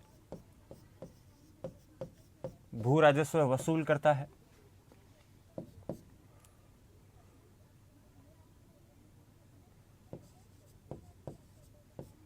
जन्म प्रमाण पत्र व मृत्यु प्रमाण पत्र का पंजीकरण करता है। तो मुख्य रूप से ये तहसीलदार के काम है। बाकी जितने भी एसडीएम जो भी निर्देश देता है तहसीलदार को, उन सारे कार्यों को यही करता है। मुख्य रूप से ये काम है। सबसे मेन काम तो है इसका तहसील स्तर पर भू राजस्व का प्रशासन करना, यानी लैंड रेवेन्यू, क्योंकि राजस्व सेवा का अधिकारी होता है। तो तहसील के गांव के अंदर जितने भी भूमियां हैं, उन भूमि से जितना भी राजस्व है वो किस प्रकार से कलेक्ट होगा, ये सब कुछ डिसाइड कौन करता है, इसका ध्यान कौन रखता है, तहसीलदार रखता है। तहसील के गांव के अंदर भू अभिलेख को तैयार करना, भूमि से संबंधित जितने भी रिकॉर्ड हैं, भूमि की प्रकृति कैसी है, भूमि पर मालिकाना हक किसका है, भूमि का नक्शा, उसके जो नामांतरण रिपोर्ट है, सब कुछ जो है ये तैयार करवाता है। उन रिकॉर्ड को सुरक्षित रखता है। साथ ही वे व्यक्ति जिन्होंने भू राजस्व नहीं दिया है, भू राजस्व के दोषी व्यक्ति जिन्होंने राजस्व नहीं दिया है, ऐसे व्यक्तियों की या तो फसल को नीलाम करता है या फिर कोई चल और अचल संपत्ति है उसको नीलाम करके, संपत्ति को कुर्क करके और उस भू राजस्व को वसूल करने का काम करता है। साथ ही तहसील के अंदर जितने भी बर्थ सर्टिफिकेट होते हैं, जिसको हम बोलते हैं जन्म प्रमाण पत्र, और डेथ सर्टिफिकेट यानी मृत्यु प्रमाण पत्र का पंजीकरण भी कौन करता है, तहसीलदार करता है। खसरा संख्या क्या होती है? भूमि का नंबर होता है बेटा। भूमि का नंबर जैसे मकान का नंबर होता है, जैसे आपका मोबाइल नंबर होता है, जैसे आपकी पहचान क्या है, आपका आधार कार्ड आधार नंबर होता है, उसी प्रकार से भूमि की पहचान करने के लिए एक स्पेसिफिक नंबर होता है, उसको बोलते हैं अपन खसरा नंबर। हाँ, भूमि का पट्टा बनाना, भूमि की जो रजिस्ट्री वगैरह करना, ये सब कुछ काम भी कौन देखता है, तहसीलदार देखता है। भूमि से संबंधित जितने भी काम होते हैं वो सारे कार्य तहसीलदार ही देखता है।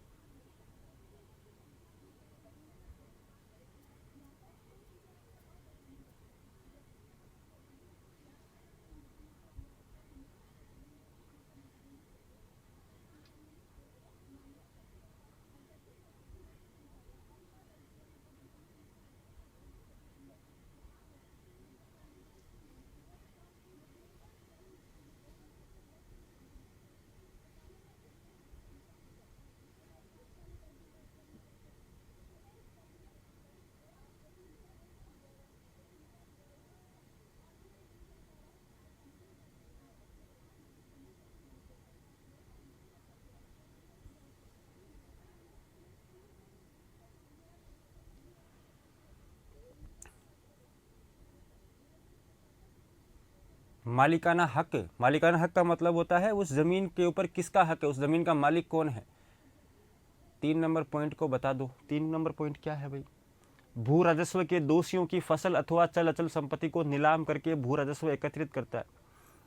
भू राजस्व के दोषियों का मतलब होता है जिसने भू राजस्व नहीं चुकाया है, जो टैक्स नहीं भरता है, टैक्स की चोरी करता है, ऐसे व्यक्तियों की या तो फसल को नीलाम करेगा, भाई उनसे वसूल तो करना पड़ेगा आपको, रेवेन्यू राजस्व वसूल करना पड़ेगा। और राजस्व वसूल यदि नहीं हो रहा है तो बाद में कैसे वसूल करेगा? उसको फसल को बेच करके, या उसके पास में कोई संपत्ति है, प्रॉपर्टी है, उसके पास ज़मीन है, उस ज़मीन को नीलाम करके भू राजस्व को वसूल करता है।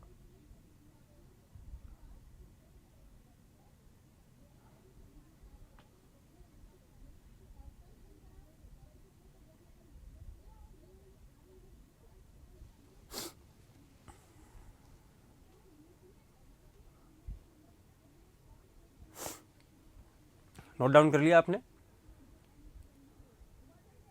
पंजीकरण का मतलब होता है बेटा प्रमाणित करना। जन्म प्रमाण पत्र, आपके बच्चे होंगे ना, आपके बच्चे होंगे तो आपको बच्चे का बनाना पड़ेगा बर्थ सर्टिफिकेट। वो बर्थ सर्टिफिकेट के ऊपर साइन किसके होंगे? वहाँ पर सील और सिग्नेचर किसके होंगे? तहसीलदार के होंगे।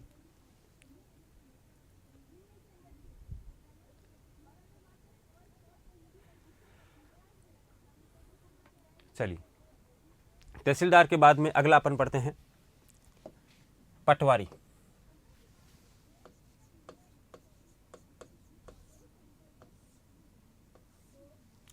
पटवारी यह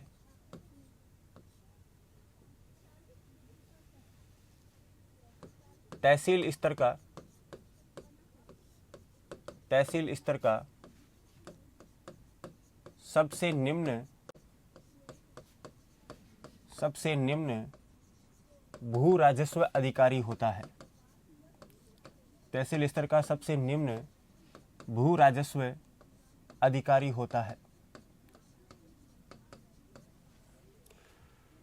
यह जिला प्रशासन की धुरी होता है। जिला प्रशासन की धुरी होता है। तहसील स्तर का सबसे निम्न अधिकारी होता है, सबसे निचले स्तर पर, सबसे लोवेस्ट पायदान के ऊपर उपस्थित होता है। भू राजस्व एकत्रित करने का मुख्य दरोमदार इसी व्यक्ति के ऊपर होता है। सबसे निम्न स्तर पर होने के बावजूद भी पटवारी जो होता है वो पटवारी जिला प्रशासन की धुरी होता है। जिले का पूरा प्रशासन पटवारी के इर्द गिर्द घूमता है। या मैं ज़्यादा अच्छे शब्दों में कहूँ तो कलेक्टर के, एसडीएम के, तहसीलदार के तमाम जो कार्य होते हैं वो वास्तविक रूप से धरातल पर उनको पटवारी ही करता है। कलेक्टर का काम होता है, कलेक्टर स्वयं उस काम को नहीं करता है, वो काम को ट्रांसफर करता है एसडीएम की तरफ। यानी एसडीएम को कहता है कि तू मेरा काम करेगा। एसडीएम काम एसडीएम को करना है, लेकिन एसडीएम काम नहीं करना है, वो अपने से निम्न अधिकारी यानी तहसीलदार को कहता है कि आपको काम करना है। तहसीलदार काम नहीं करता। तहसीलदार किसको बोलता है? पटवारी को बोलता है। पटवारी के नीचे कोई नहीं होता है। इसलिए आखिरी रूप में अंततोगत्वा ये सारे काम जो है वो पटवारी को ही करने पड़ते हैं। इसको ये समझिए कि घर में दादाजी है तो दादाजी को कोई काम करना, दादाजी खुद थोड़ी करेंगे। किसको बोलेंगे? ताऊ जी को या पिताजी को कि जा रहे पानी का लोटा लेके आ, मेहमान आए पानी पिला इनको। अब काम किसका? दादाजी का। दादाजी ने किसको काम का कह दिया? पिताजी को। पिताजी ने आपकी तरफ देखा, अपने बेटे को आपकी तरफ देखा तो काम आपको करना है। आपका कोई छोटा भतीजा है, आपने उसकी तरफ देखा। अब इससे छोटा कोई है नहीं घर में सबसे छोटा कौन है? भतीजा है। तो आखिरी रूप में काम करना किसको होता है? भतीजे को करना होता है। काम दादाजी का, दादाजी ने किसको बताया? पिताजी को। पिताजी ने बेटे को, बेटे ने। तो अंततोगत्वा कार्य जो है वो जिला प्रशासन में करता कौन है? पटवारी करता है। इसलिए इसको बोलते हैं जिला प्रशासन की धुरी बोलते हैं। पूरा का पूरा प्रशासन किसके ऊपर टिका हुआ होता है? पटवारी के ऊपर टिका हुआ होता है। पटवारी के अलग अलग स्टेट में अलग अलग नाम है। जैसे इसको तमिलनाडु में कारनाम के नाम से जानते हैं। पटवारी को तमिलनाडु में कारनाम,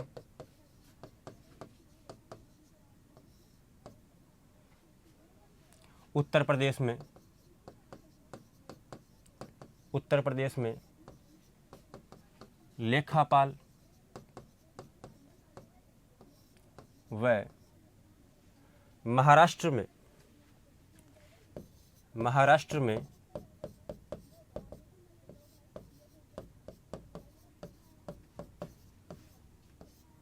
तलेठी के नाम से जानते हैं।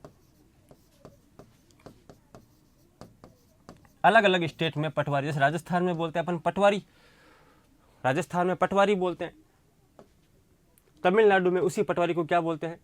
तमिलनाडु में उसी पटवारी को बोलते हैं कारनाम। उत्तर प्रदेश में पटवारी को बोलते हैं लेखापाल और महाराष्ट्र में पटवारी को बोलते हैं तलेठी। तो अलग अलग स्टेट के अंदर इसका अलग अलग नाम है। तहसीलदार की तरह ये भी राजस्व सेवा का अधिकारी होता है। इसलिए इसकी नियुक्ति कौन करता है? इसकी नियुक्ति भी राजस्व मंडल अजमेर करता है। तो तहसीलदार और पटवारी दोनों से सवाल पूछे हुए हैं। पटवारी की नियुक्ति कौन करता है? तहसीलदार की नियुक्ति कौन करता है? दोनों की ही नियुक्ति कौन करता है? दोनों की नियुक्ति करता है राजस्व मंडल अजमेर। लेकिन दोनों की भर्ती परीक्षाएं अलग अलग विभाग करवाता है। तहसीलदार का एग्जाम करवाती है आरपीएससी, पटवारी का एग्जाम करवाती है आरएसएसबी, राजस्थान कर्मचारी चयन बोर्ड करवाता है। दोनों का एग्जाम करवाने वाली एजेंसी अलग अलग है, दोनों की नियुक्ति एक ही एजेंसी करती है, राजस्व मंडल अजमेर।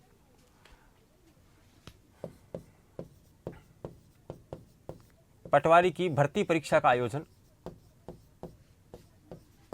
पटवारी की भर्ती परीक्षा का आयोजन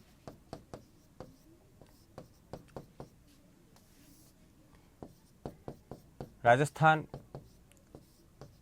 कर्मचारी चयन बोर्ड द्वारा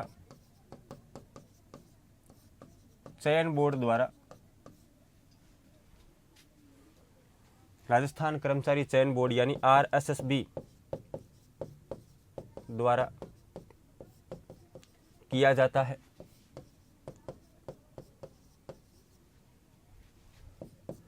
और पटवारी की नियुक्ति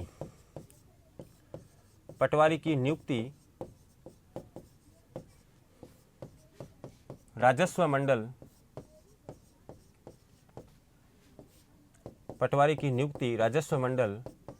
अजमेर द्वारा की जाती है। तो पटवारी की भर्ती परीक्षा का आयोजन करवाया जाता है, भर्ती परीक्षा का आयोजन करवाता है आरएसएसबी, राजस्थान कर्मचारी चयन बोर्ड, और इसकी जो नियुक्ति है राजस्व मंडल अजमेर करता है।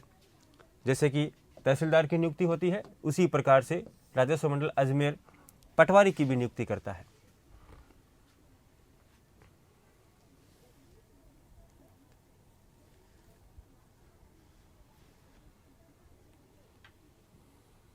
तो तहसील स्तर का आपको पूछा जाए या जिला स्तर का सबसे निम्न अधिकारी कौन होता है, तो सबसे निम्न अधिकारी होता है आपके पटवारी।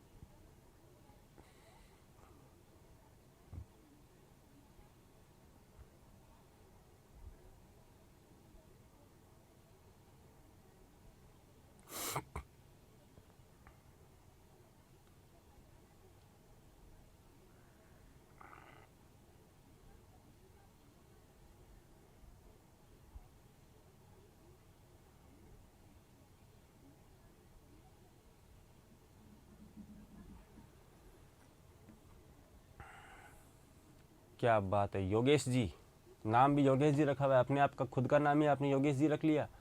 गुड मॉर्निंग सर, जल महलों की नगरी यानी उदयपुर से प्रणाम। My name Yogesh.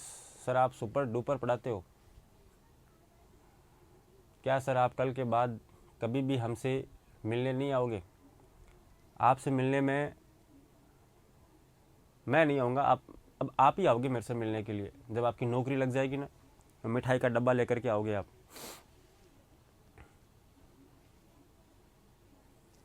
और मुझे पूरी उम्मीद है कि आप आओगे, सेलेक्ट होने के बाद आओगे आप।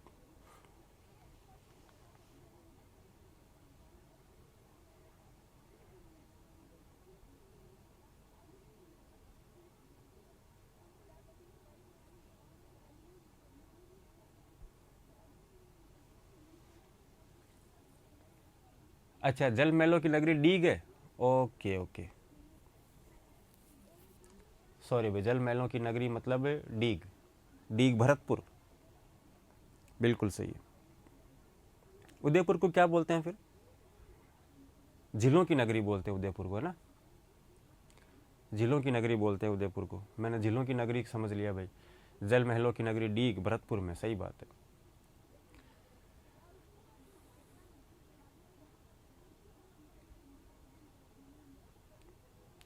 एड्रेस बताऊं? एड्रेस यही उत्कर्ष संस्थान जोधपुर।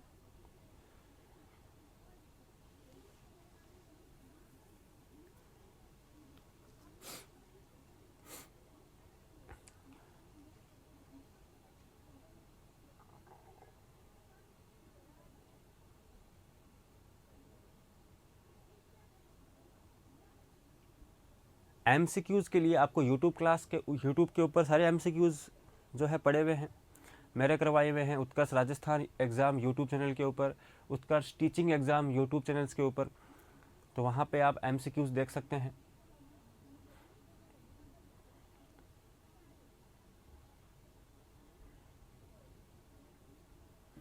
चलिए, तो ये तो हो गई पटवारी के बारे में सामान्य जानकारी। अब अपन बात करते हैं भाई पटवारी के कार्य क्या है। लिखो पटवारी के कार्य।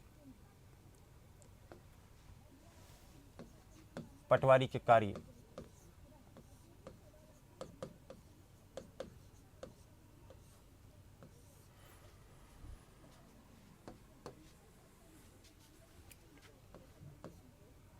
देखो गांव में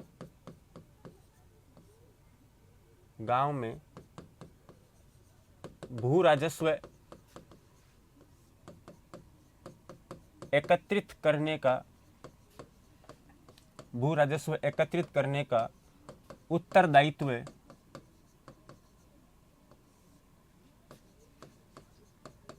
पटवारी का होता है। अभी मैंने जो बताया, भू राजस्व एकत्रित करने वाला जो सबसे प्रमुख अधिकारी होता है वो होता है जिला कलेक्टर। उसका नाम इसीलिए कलेक्टर है क्योंकि वो कलेक्ट करता है लैंड रेवेन्यू, भू राजस्व को। लेकिन कलेक्टर खुद नहीं करता है, वो आदेश देता है एसडीएम को, एसडीएम देता है तहसीलदार को, तहसीलदार देता है पटवारी को, और फाइनली जो है पटवारी ही भू राजस्व को एकत्रित करता है। तो भू राजस्व एकत्रित करने का जो अंतिम रूप से उत्तरदायित्व होता है, रेस्पॉन्सिबिलिटी होती है गाँव के अंदर, वो किसकी होती है? वो आपके पटवारी की होती है। पटवारी अपने पटवार कार्यालय में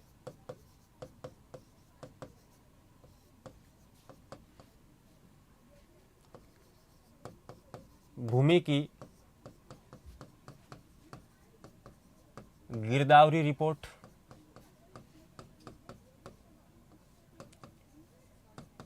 भूमि का नक्शा,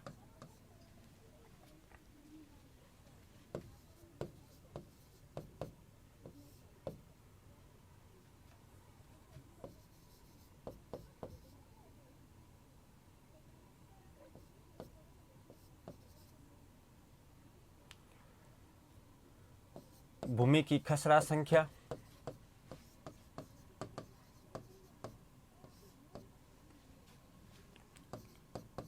राजस्व प्रमाण पत्र,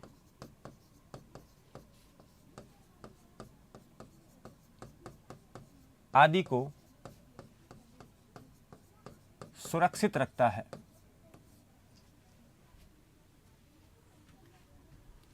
आदि को सुरक्षित रखता है।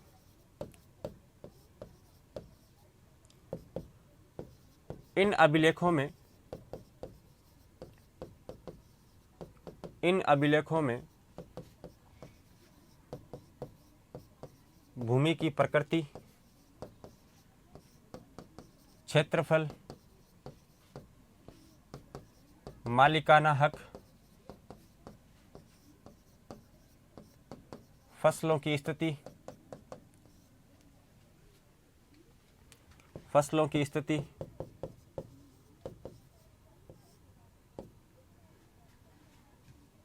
और सिंचाई के साधन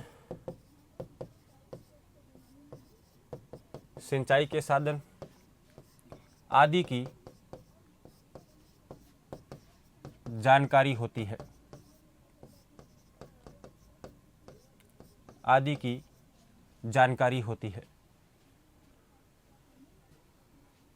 तो गांव के अंदर भू राजस्व एकत्रित करने का उत्तरदायित्व होता है। साथ ही पटवारी के जो ऑफिस होती है, पटवार का जो कार्यालय होता है, वहाँ पर भूमि से संबंधित, गांव के अंदर जो भूमि है उससे संबंधित तमाम रिकॉर्ड जो है उसकी जानकारी वहाँ से मिल जाती है। जैसे फॉर एग्जांपल भूमि की गिरदावरी रिपोर्ट, भूमि का नक्शा, भूमि की खसरा संख्या, राजस्व प्रमाण पत्र आदि जो तमाम रिकॉर्ड है वो आपको पटवारी के कार्यालय में मिल जाते हैं। और इन अभिलेखों के अंदर किसकी जानकारी मिलती है? इन अभिलेखों में जानकारी मिलती है कि उस भूमि की जो भूमि का रिकॉर्ड वहाँ पर है उस भूमि की प्रकृति क्या, प्रकृति का मतलब उपजाऊ है या बंजर है, भूमि की प्रकृति क्या है, भूमि का क्षेत्रफल कितना है, उस भूमि के ऊपर मालिकाना हक कितना है, वहाँ पर फसलों की स्थिति क्या है, वहाँ पर सिंचाई के साधन क्या है, यानी कुएं से खेती कर रहे हैं या फिर नहरों से सिंचाई कर रहे हैं, सिंचाई की क्या साधन है, उन तमाम बातों के बारे में पटवारी के कार्यालय में जानकारी मिल जाती है। तो पटवारी बड़ा काम का अधिकारी होता है, लोगों से, गांव के लोगों से डायरेक्ट जो है इंटरेक्शन होता है। गांव के लोग जो है पटवारी को बहुत बड़ा अधिकारी मानते हैं, पटवारी की बड़ी इज्जत होती है। हालांकि पटवारी कभी भी अपने ऑफिस में नहीं मिलता है। आप कभी पटवारी के ऑफिस के अंदर जाओ तो वहाँ पर पटवारी आपको नहीं मिलेगा। आप फ़ोन करोगे पटवार साहब कहाँ पर हो, तो पटवारी जी कहेंगे मैं फील्ड में हूँ, है ना। किसी के भी भाइयों के बीच में लड़ाई हो जाती है कि भाई तेरी तरफ ज़मीन ज़्यादा है, मेरी तरफ कम है, किसको बुलाओ, पटवारी को बुलाओ। पटवारी ज़मीन को नाप देगा और पटवारी नाप के बताता है भाई तेरी ज़मीन इतनी है, इसकी ज़मीन इतनी है। तो गांव में पटवारी की बड़ी इज्जत होती है। गांव में पटवारी ही कलेक्टर होता है। गांव के लोग कलेक्टर को नहीं जानते हैं क्योंकि कलेक्टर से उनका काम ही नहीं पड़ता है, उनका काम पड़ता है पटवारी से, इसलिए पटवारी को बहुत बड़ा अधिकारी मानते हैं। छोटा मोटा काम भी होता है तो पटवारी से उनका काम पड़ता है, इसलिए गांव के लोग पटवारी को गेहूँ, बाजरा, दाल, मूंग, मोठ, मूंगफलियाँ, इसके अलावा घर में कोई धीणा हो तो धीणा समझते हो, दूध, दही, छाछ, घी, पटवारी जी के किसी बात की कमी नहीं होती है। धन धान्य, लक्ष्मी, कुबेर सबकी कृपा होती है पटवारी के ऊपर। और सबसे बड़ा है मान सम्मान। गांव के अंदर बड़ा सम्मान होता है पटवारी का। वो तो आपने किस्सा सुना होगा कि एक बार कलेक्टर साहब जो है अपनी पत्नी के साथ में गांव में घूमने चले गए। गांव के अंदर एकदम धोरा है, राजस्थान, पश्चिमी राजस्थान के अंदर धोरों के अंदर लग्जरी गाड़ी लेकर के घूमने के लिए गए। चलो आप आज गांव की सैर करके आते हैं। वो लग्जरी गाड़ी गांव के धोरों के अंदर फंस गई। कलेक्टर साहब एकदम सूटेड बूटेड, टाई कोट पहने हुए, पत्नी घूमने के हिसाब से तो ब्लैक चश्मा लगा करके, गोल वाली हैट पहने हुए, दोनों नीचे उतरे, वे गाड़ी को धक्का लगाए ताकि गाड़ी उस रेत से बाहर निकले जहाँ पर फंस गई है। गांव के लोग वहाँ पर इकट्ठे हो जाते हैं और गांव के लोग उनमें से कोई भी गांव का जो आदमी है उनकी हेल्प नहीं करता है। क्योंकि गांव में यदि आप चले जाओ ना यूँ सूट बूट पहन के, चश्मा लगा करके, गांव में आज भी लोग यूँ, ओहो क्या बात है, चश्मा वश्मा, आज तो बड़े मज़े लेते हैं उसके। और शहर का कोई आदमी गांव में आ जाए यूँ, गांव के लोग मज़े ले उसके। गांव के लोग वहाँ पर खड़े हो गए, इकट्ठे हो गए, लेकिन कोई इसकी हेल्प नहीं करे। आज मज़ा आ गया भाई। शहर से एक मैडम और एक बाबूजी आए हैं, गाड़ी फंस गई है उनकी।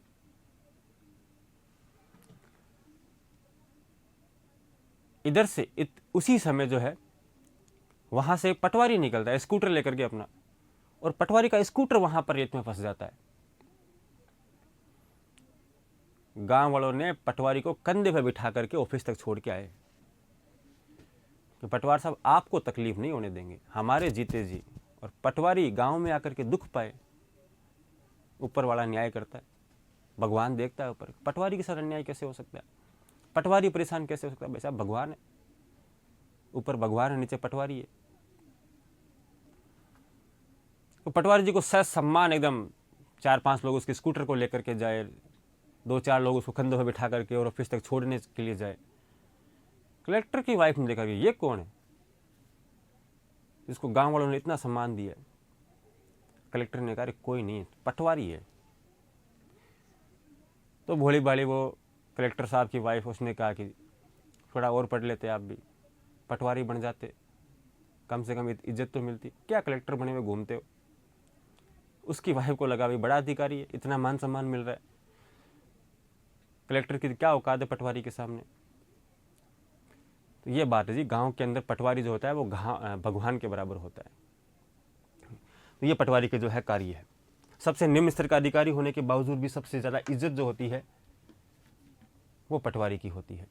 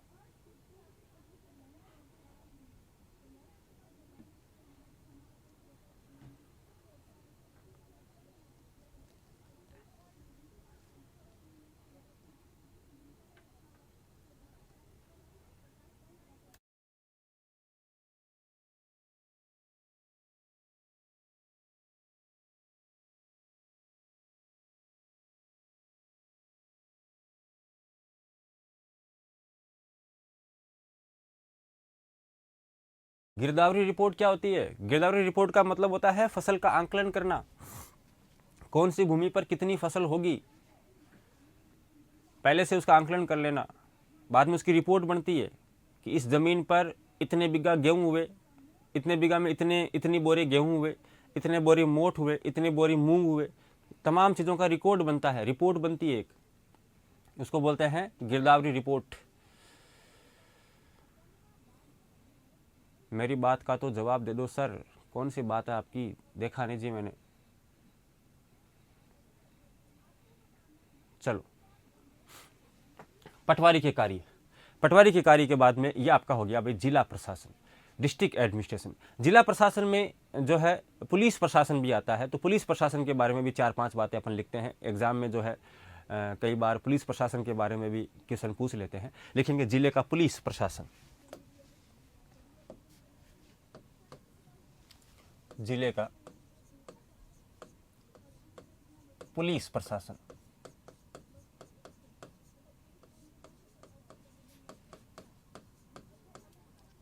जिले का पुलिस प्रशासन।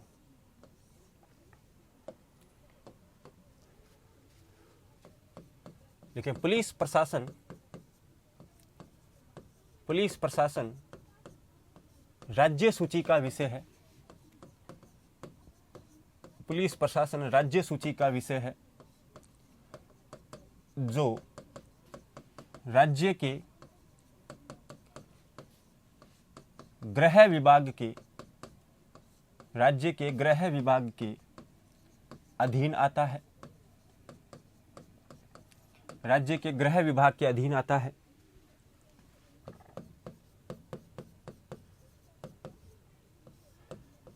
राजस्थान पुलिस का गठन वर्ष 1948 में किया गया।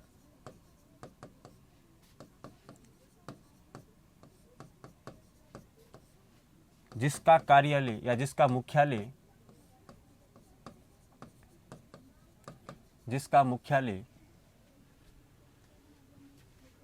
जयपुर में स्थित है।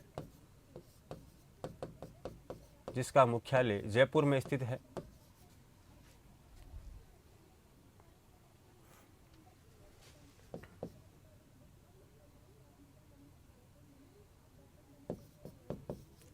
प्रतिवर्ष 16 अप्रैल को राजस्थान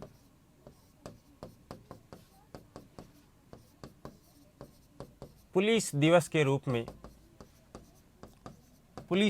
रूप में मनाया जाता है।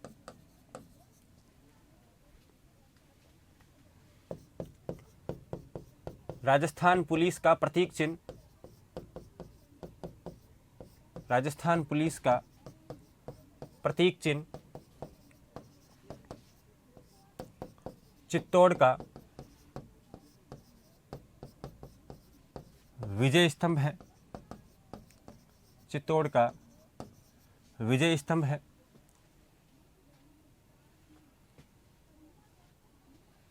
हाँ, भूमि का सीमांकन भी पटवारी करवाता है बेटा, सही बात है।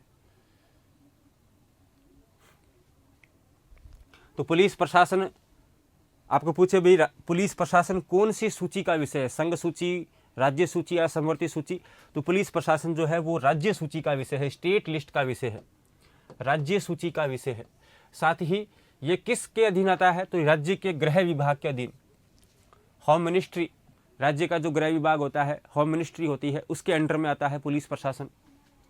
राजस्थान पुलिस का गठन होता है वर्ष 1948 में, और इसका मुख्यालय कहाँ है? तो राजस्थान पुलिस का जो मुख्यालय है वो जयपुर में स्थित है। जयपुर में राजस्थान पुलिस का मुख्यालय है, और हर साल 16 अप्रैल को राजस्थान पुलिस दिवस के रूप में मनाया जाता है।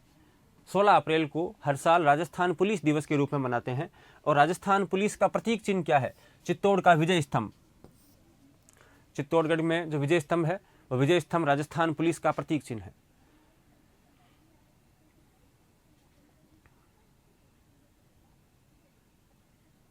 राज्य के महत्वपूर्ण आयोग वाला टॉपिक पेंडिंग है, जबकि आपने बोल दिया सर कि सिलेबस हो चुका है। बेटा सिलेबस नहीं हुआ है ना, मैंने कहा कल होगा, कल होगा इसका मतलब है कि कल मैं आपको क्या करवाऊंगा, राज्य के महत्वपूर्ण आयोग करवाऊंगा। लो जी, नेहा कुमारी का जन्मदिन है 16 अप्रैल को। आपको तो राजस्थान पुलिस में जाना चाहिए, फिर आप शिक्षक बन रहे हो।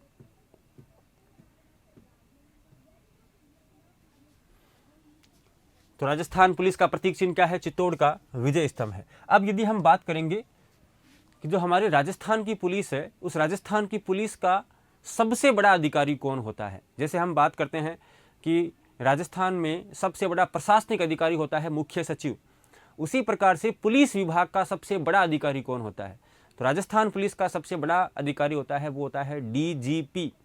डीजीपी यानी director general of police, Rajasthan police महानिदेशक। राजस्थान पुलिस महानिदेशक राजस्थान का सबसे बड़ा पुलिस अधिकारी होता है। लिखेंगे यहाँ पर, राजस्थान का सबसे बड़ा पुलिस अधिकारी, राजस्थान का सबसे बड़ा पुलिस अधिकारी डीजीपी होता है। डीजीपी यानी पुलिस महानिदेशक, पुलिस महानिदेशक। Director general of police, police महानिदेशक होता है। राज्य का सबसे बड़ा जो पुलिस अधिकारी होता है, सबसे बड़ा जो पुलिस ऑफिसर होता है, उसको हम कहते हैं DGP, director general of police यानी पुलिस महानिदेशक। डीजीपी जो होता है वो सबसे बड़ा पुलिस अधिकारी होता है। फिर आईपीएस कौन होता है? आईपीएस इंडियन पुलिस सर्विसेज का नाम है। जैसे अपन कहते हैं ना कलेक्टर, तो कलेक्टर जो होता है वो आईएएस होता है। आईएएस भारतीय प्रशासनिक सेवा, एक डिपार्टमेंट का नाम है, उसका अधिकारी होता है वो कलेक्टर होता है। उसी प्रकार से भारतीय जो पुलिस सेवा होती है आईपीएस, उसका अधिकारी जो होता है उसको अपन बोलते हैं डीजीपी, एसपी। ठीक है। प्रशासनिक अधिकारी सबसे बड़ा मुख्य सचिव होता है बेटा। प्रशासनिक अधिकारी कौन होता है? मुख्य सचिव होता है। तो राजस्थान का सबसे बड़ा पुलिस अधिकारी जो होता है वो डीजीपी होता है। और ये डीजीपी कौन सी सेवा का अधिकारी होता है? तो भारतीय पुलिस सेवा का अधिकारी। ये आईपीएस ही होता है, वरिष्ठ आईपीएस ऑफिसर होता है। ये वरिष्ठ आईपीएस ऑफिसर, आईपीएस अधिकारी, इंडियन पुलिस सर्विसेज का ऑफिसर होता है। ये जो आईपीएस ऑफिसर होते हैं, उन आईपीएस ऑफिसर में जो वरिष्ठ हो जाते हैं, जिनको बहुत अधिक एक्सपीरियंस, बहुत अधिक अनुभव हो जाता है, वो क्या बनते हैं? वो डीजीपी बनते हैं, डायरेक्टर जनरल ऑफ पुलिस बनते हैं। बहुत बड़ा अधिकारी होता है, राज्य का सबसे बड़ा अधिकारी होता है, सबसे बड़ा पुलिस अधिकारी होता है। तो स्टेट की बात करेंगे तो स्टेट पुलिस का हेड, पुलिस का सबसे बड़ा अधिकारी होता है वो डीजीपी, पुलिस महानिदेशक होता है।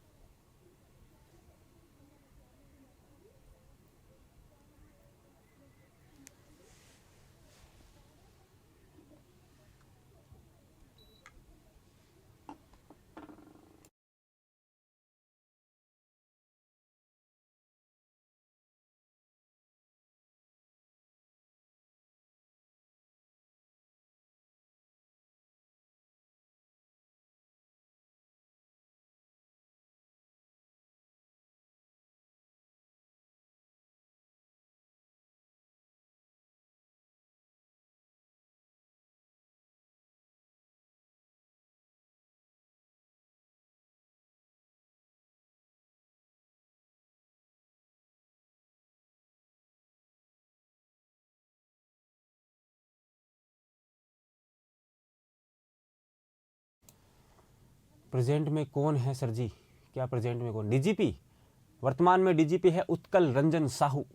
राजस्थान के प्रेजेंट में डीजीपी है उत्कल रंजन साहू, लेकिन ये चेंज होते रहते हैं। एग्ज़ाम के समय जो है कौन रहेगा उस हिसाब से देख लीजिएगा। वर्तमान में उत्कल रंजन साहू है।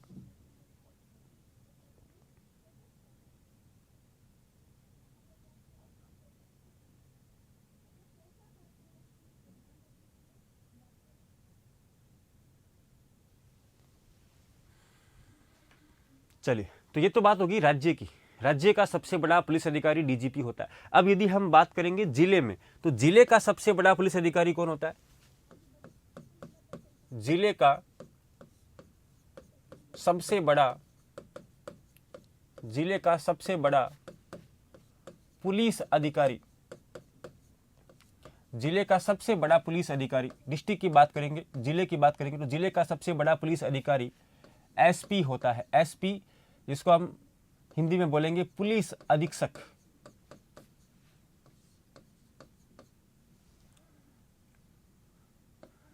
पुलिस अधीक्षक, superintendent of police, SP superintendent of police होता है, जिसको हम बोलते हैं पुलिस अधीक्षक, एसपी होता है। जिले का सबसे बड़ा पुलिस अधिकारी कौन होता है? एसपी होता है, सुप्रीडेंट ऑफ पुलिस होता है। एसपी भी क्या होता है? ये भी आईपीएस ऑफिसर होता है, आईपीएस अधिकारी होता है। ये भी इंडियन पुलिस सर्विसेज का अधिकारी होता है, भारतीय पुलिस सेवा का अधिकारी होता है। तो राजस्थान के अंदर जितने भी जिले हैं, हर जिले के अंदर क्या होगा? एक एसपी होगा, एक पुलिस अधीक्षक होगा। लेकिन राजस्थान के 2 जिले ऐसे हैं जहां पर पुलिस प्रशासन का जो मुखिया होता है वो एसपी नहीं होता है, पुलिस कमिश्नर होता है, जिसको हम बोलते हैं कमिश्नरेट प्रणाली, कमिश्नरेट व्यवस्था। ये राजस्थान के 2 जिले कौन है? जयपुर और जोधपुर। तो जयपुर और जोधपुर में पुलिस प्रशासन का जो मुखिया होता है वो एसपी नहीं होता है, पुलिस कमिश्नर होता है। पुलिस कमिश्नर वहाँ पर, कमिश्नरेट प्रणाली वहाँ पर लागू की गई। कब से लागू की गई है? तो ये लागू की गई है 1 जनवरी 2011 से। अशोक गहलोत उस समय राजस्थान के मुख्यमंत्री हुआ करते थे। उन्होंने राजस्थान के 2 जिलों के अंदर कमिश्नरेट प्रणाली को जो है वो शुरू किया था, पुलिस कमिश्नरेट व्यवस्था को वहाँ पर शुरू किया था। नोट लगा के लिखेंगे। राजस्थान के 2 जिलों का मतलब जयपुर और जोधपुर, जयपुर और जोधपुर में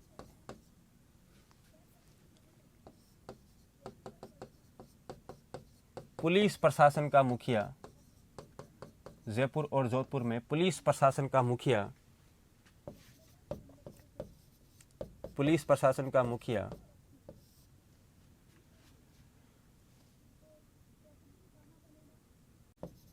पुलिस कमिश्नर होता है, पुलिस कमिश्नर होता है। स्पेशल तौर पे ध्यान रखना भाई, एग्जाम में कई बार प्रश्न पूछा गया है कि राजस्थान के कौन से 2 जिलों के अंदर पुलिस कमिश्नर होता है, पुलिस अधीक्षक नहीं होता है? जयपुर और जोधपुर। जयपुर और जोधपुर के अंदर राजस्थान के 2 जिले हैं, जयपुर और जोधपुर, जहां पर पुलिस प्रशासन का मुखिया एसपी नहीं होता है। कौन होता है? पुलिस कमिश्नर होता है। और ये जो पुलिस कमिश्नर होता है, तो जयपुर और जोधपुर में यह कमिश्नरेट प्रणाली, जयपुर व जोधपुर में यह कमिश्नरेट प्रणाली, कमिश्नरेट व्यवस्था कह सकते हैं, कमिश्नरेट प्रणाली 1 जनवरी 2011 से शुरू की गई। 1 जनवरी 2011 से शुरू की गई।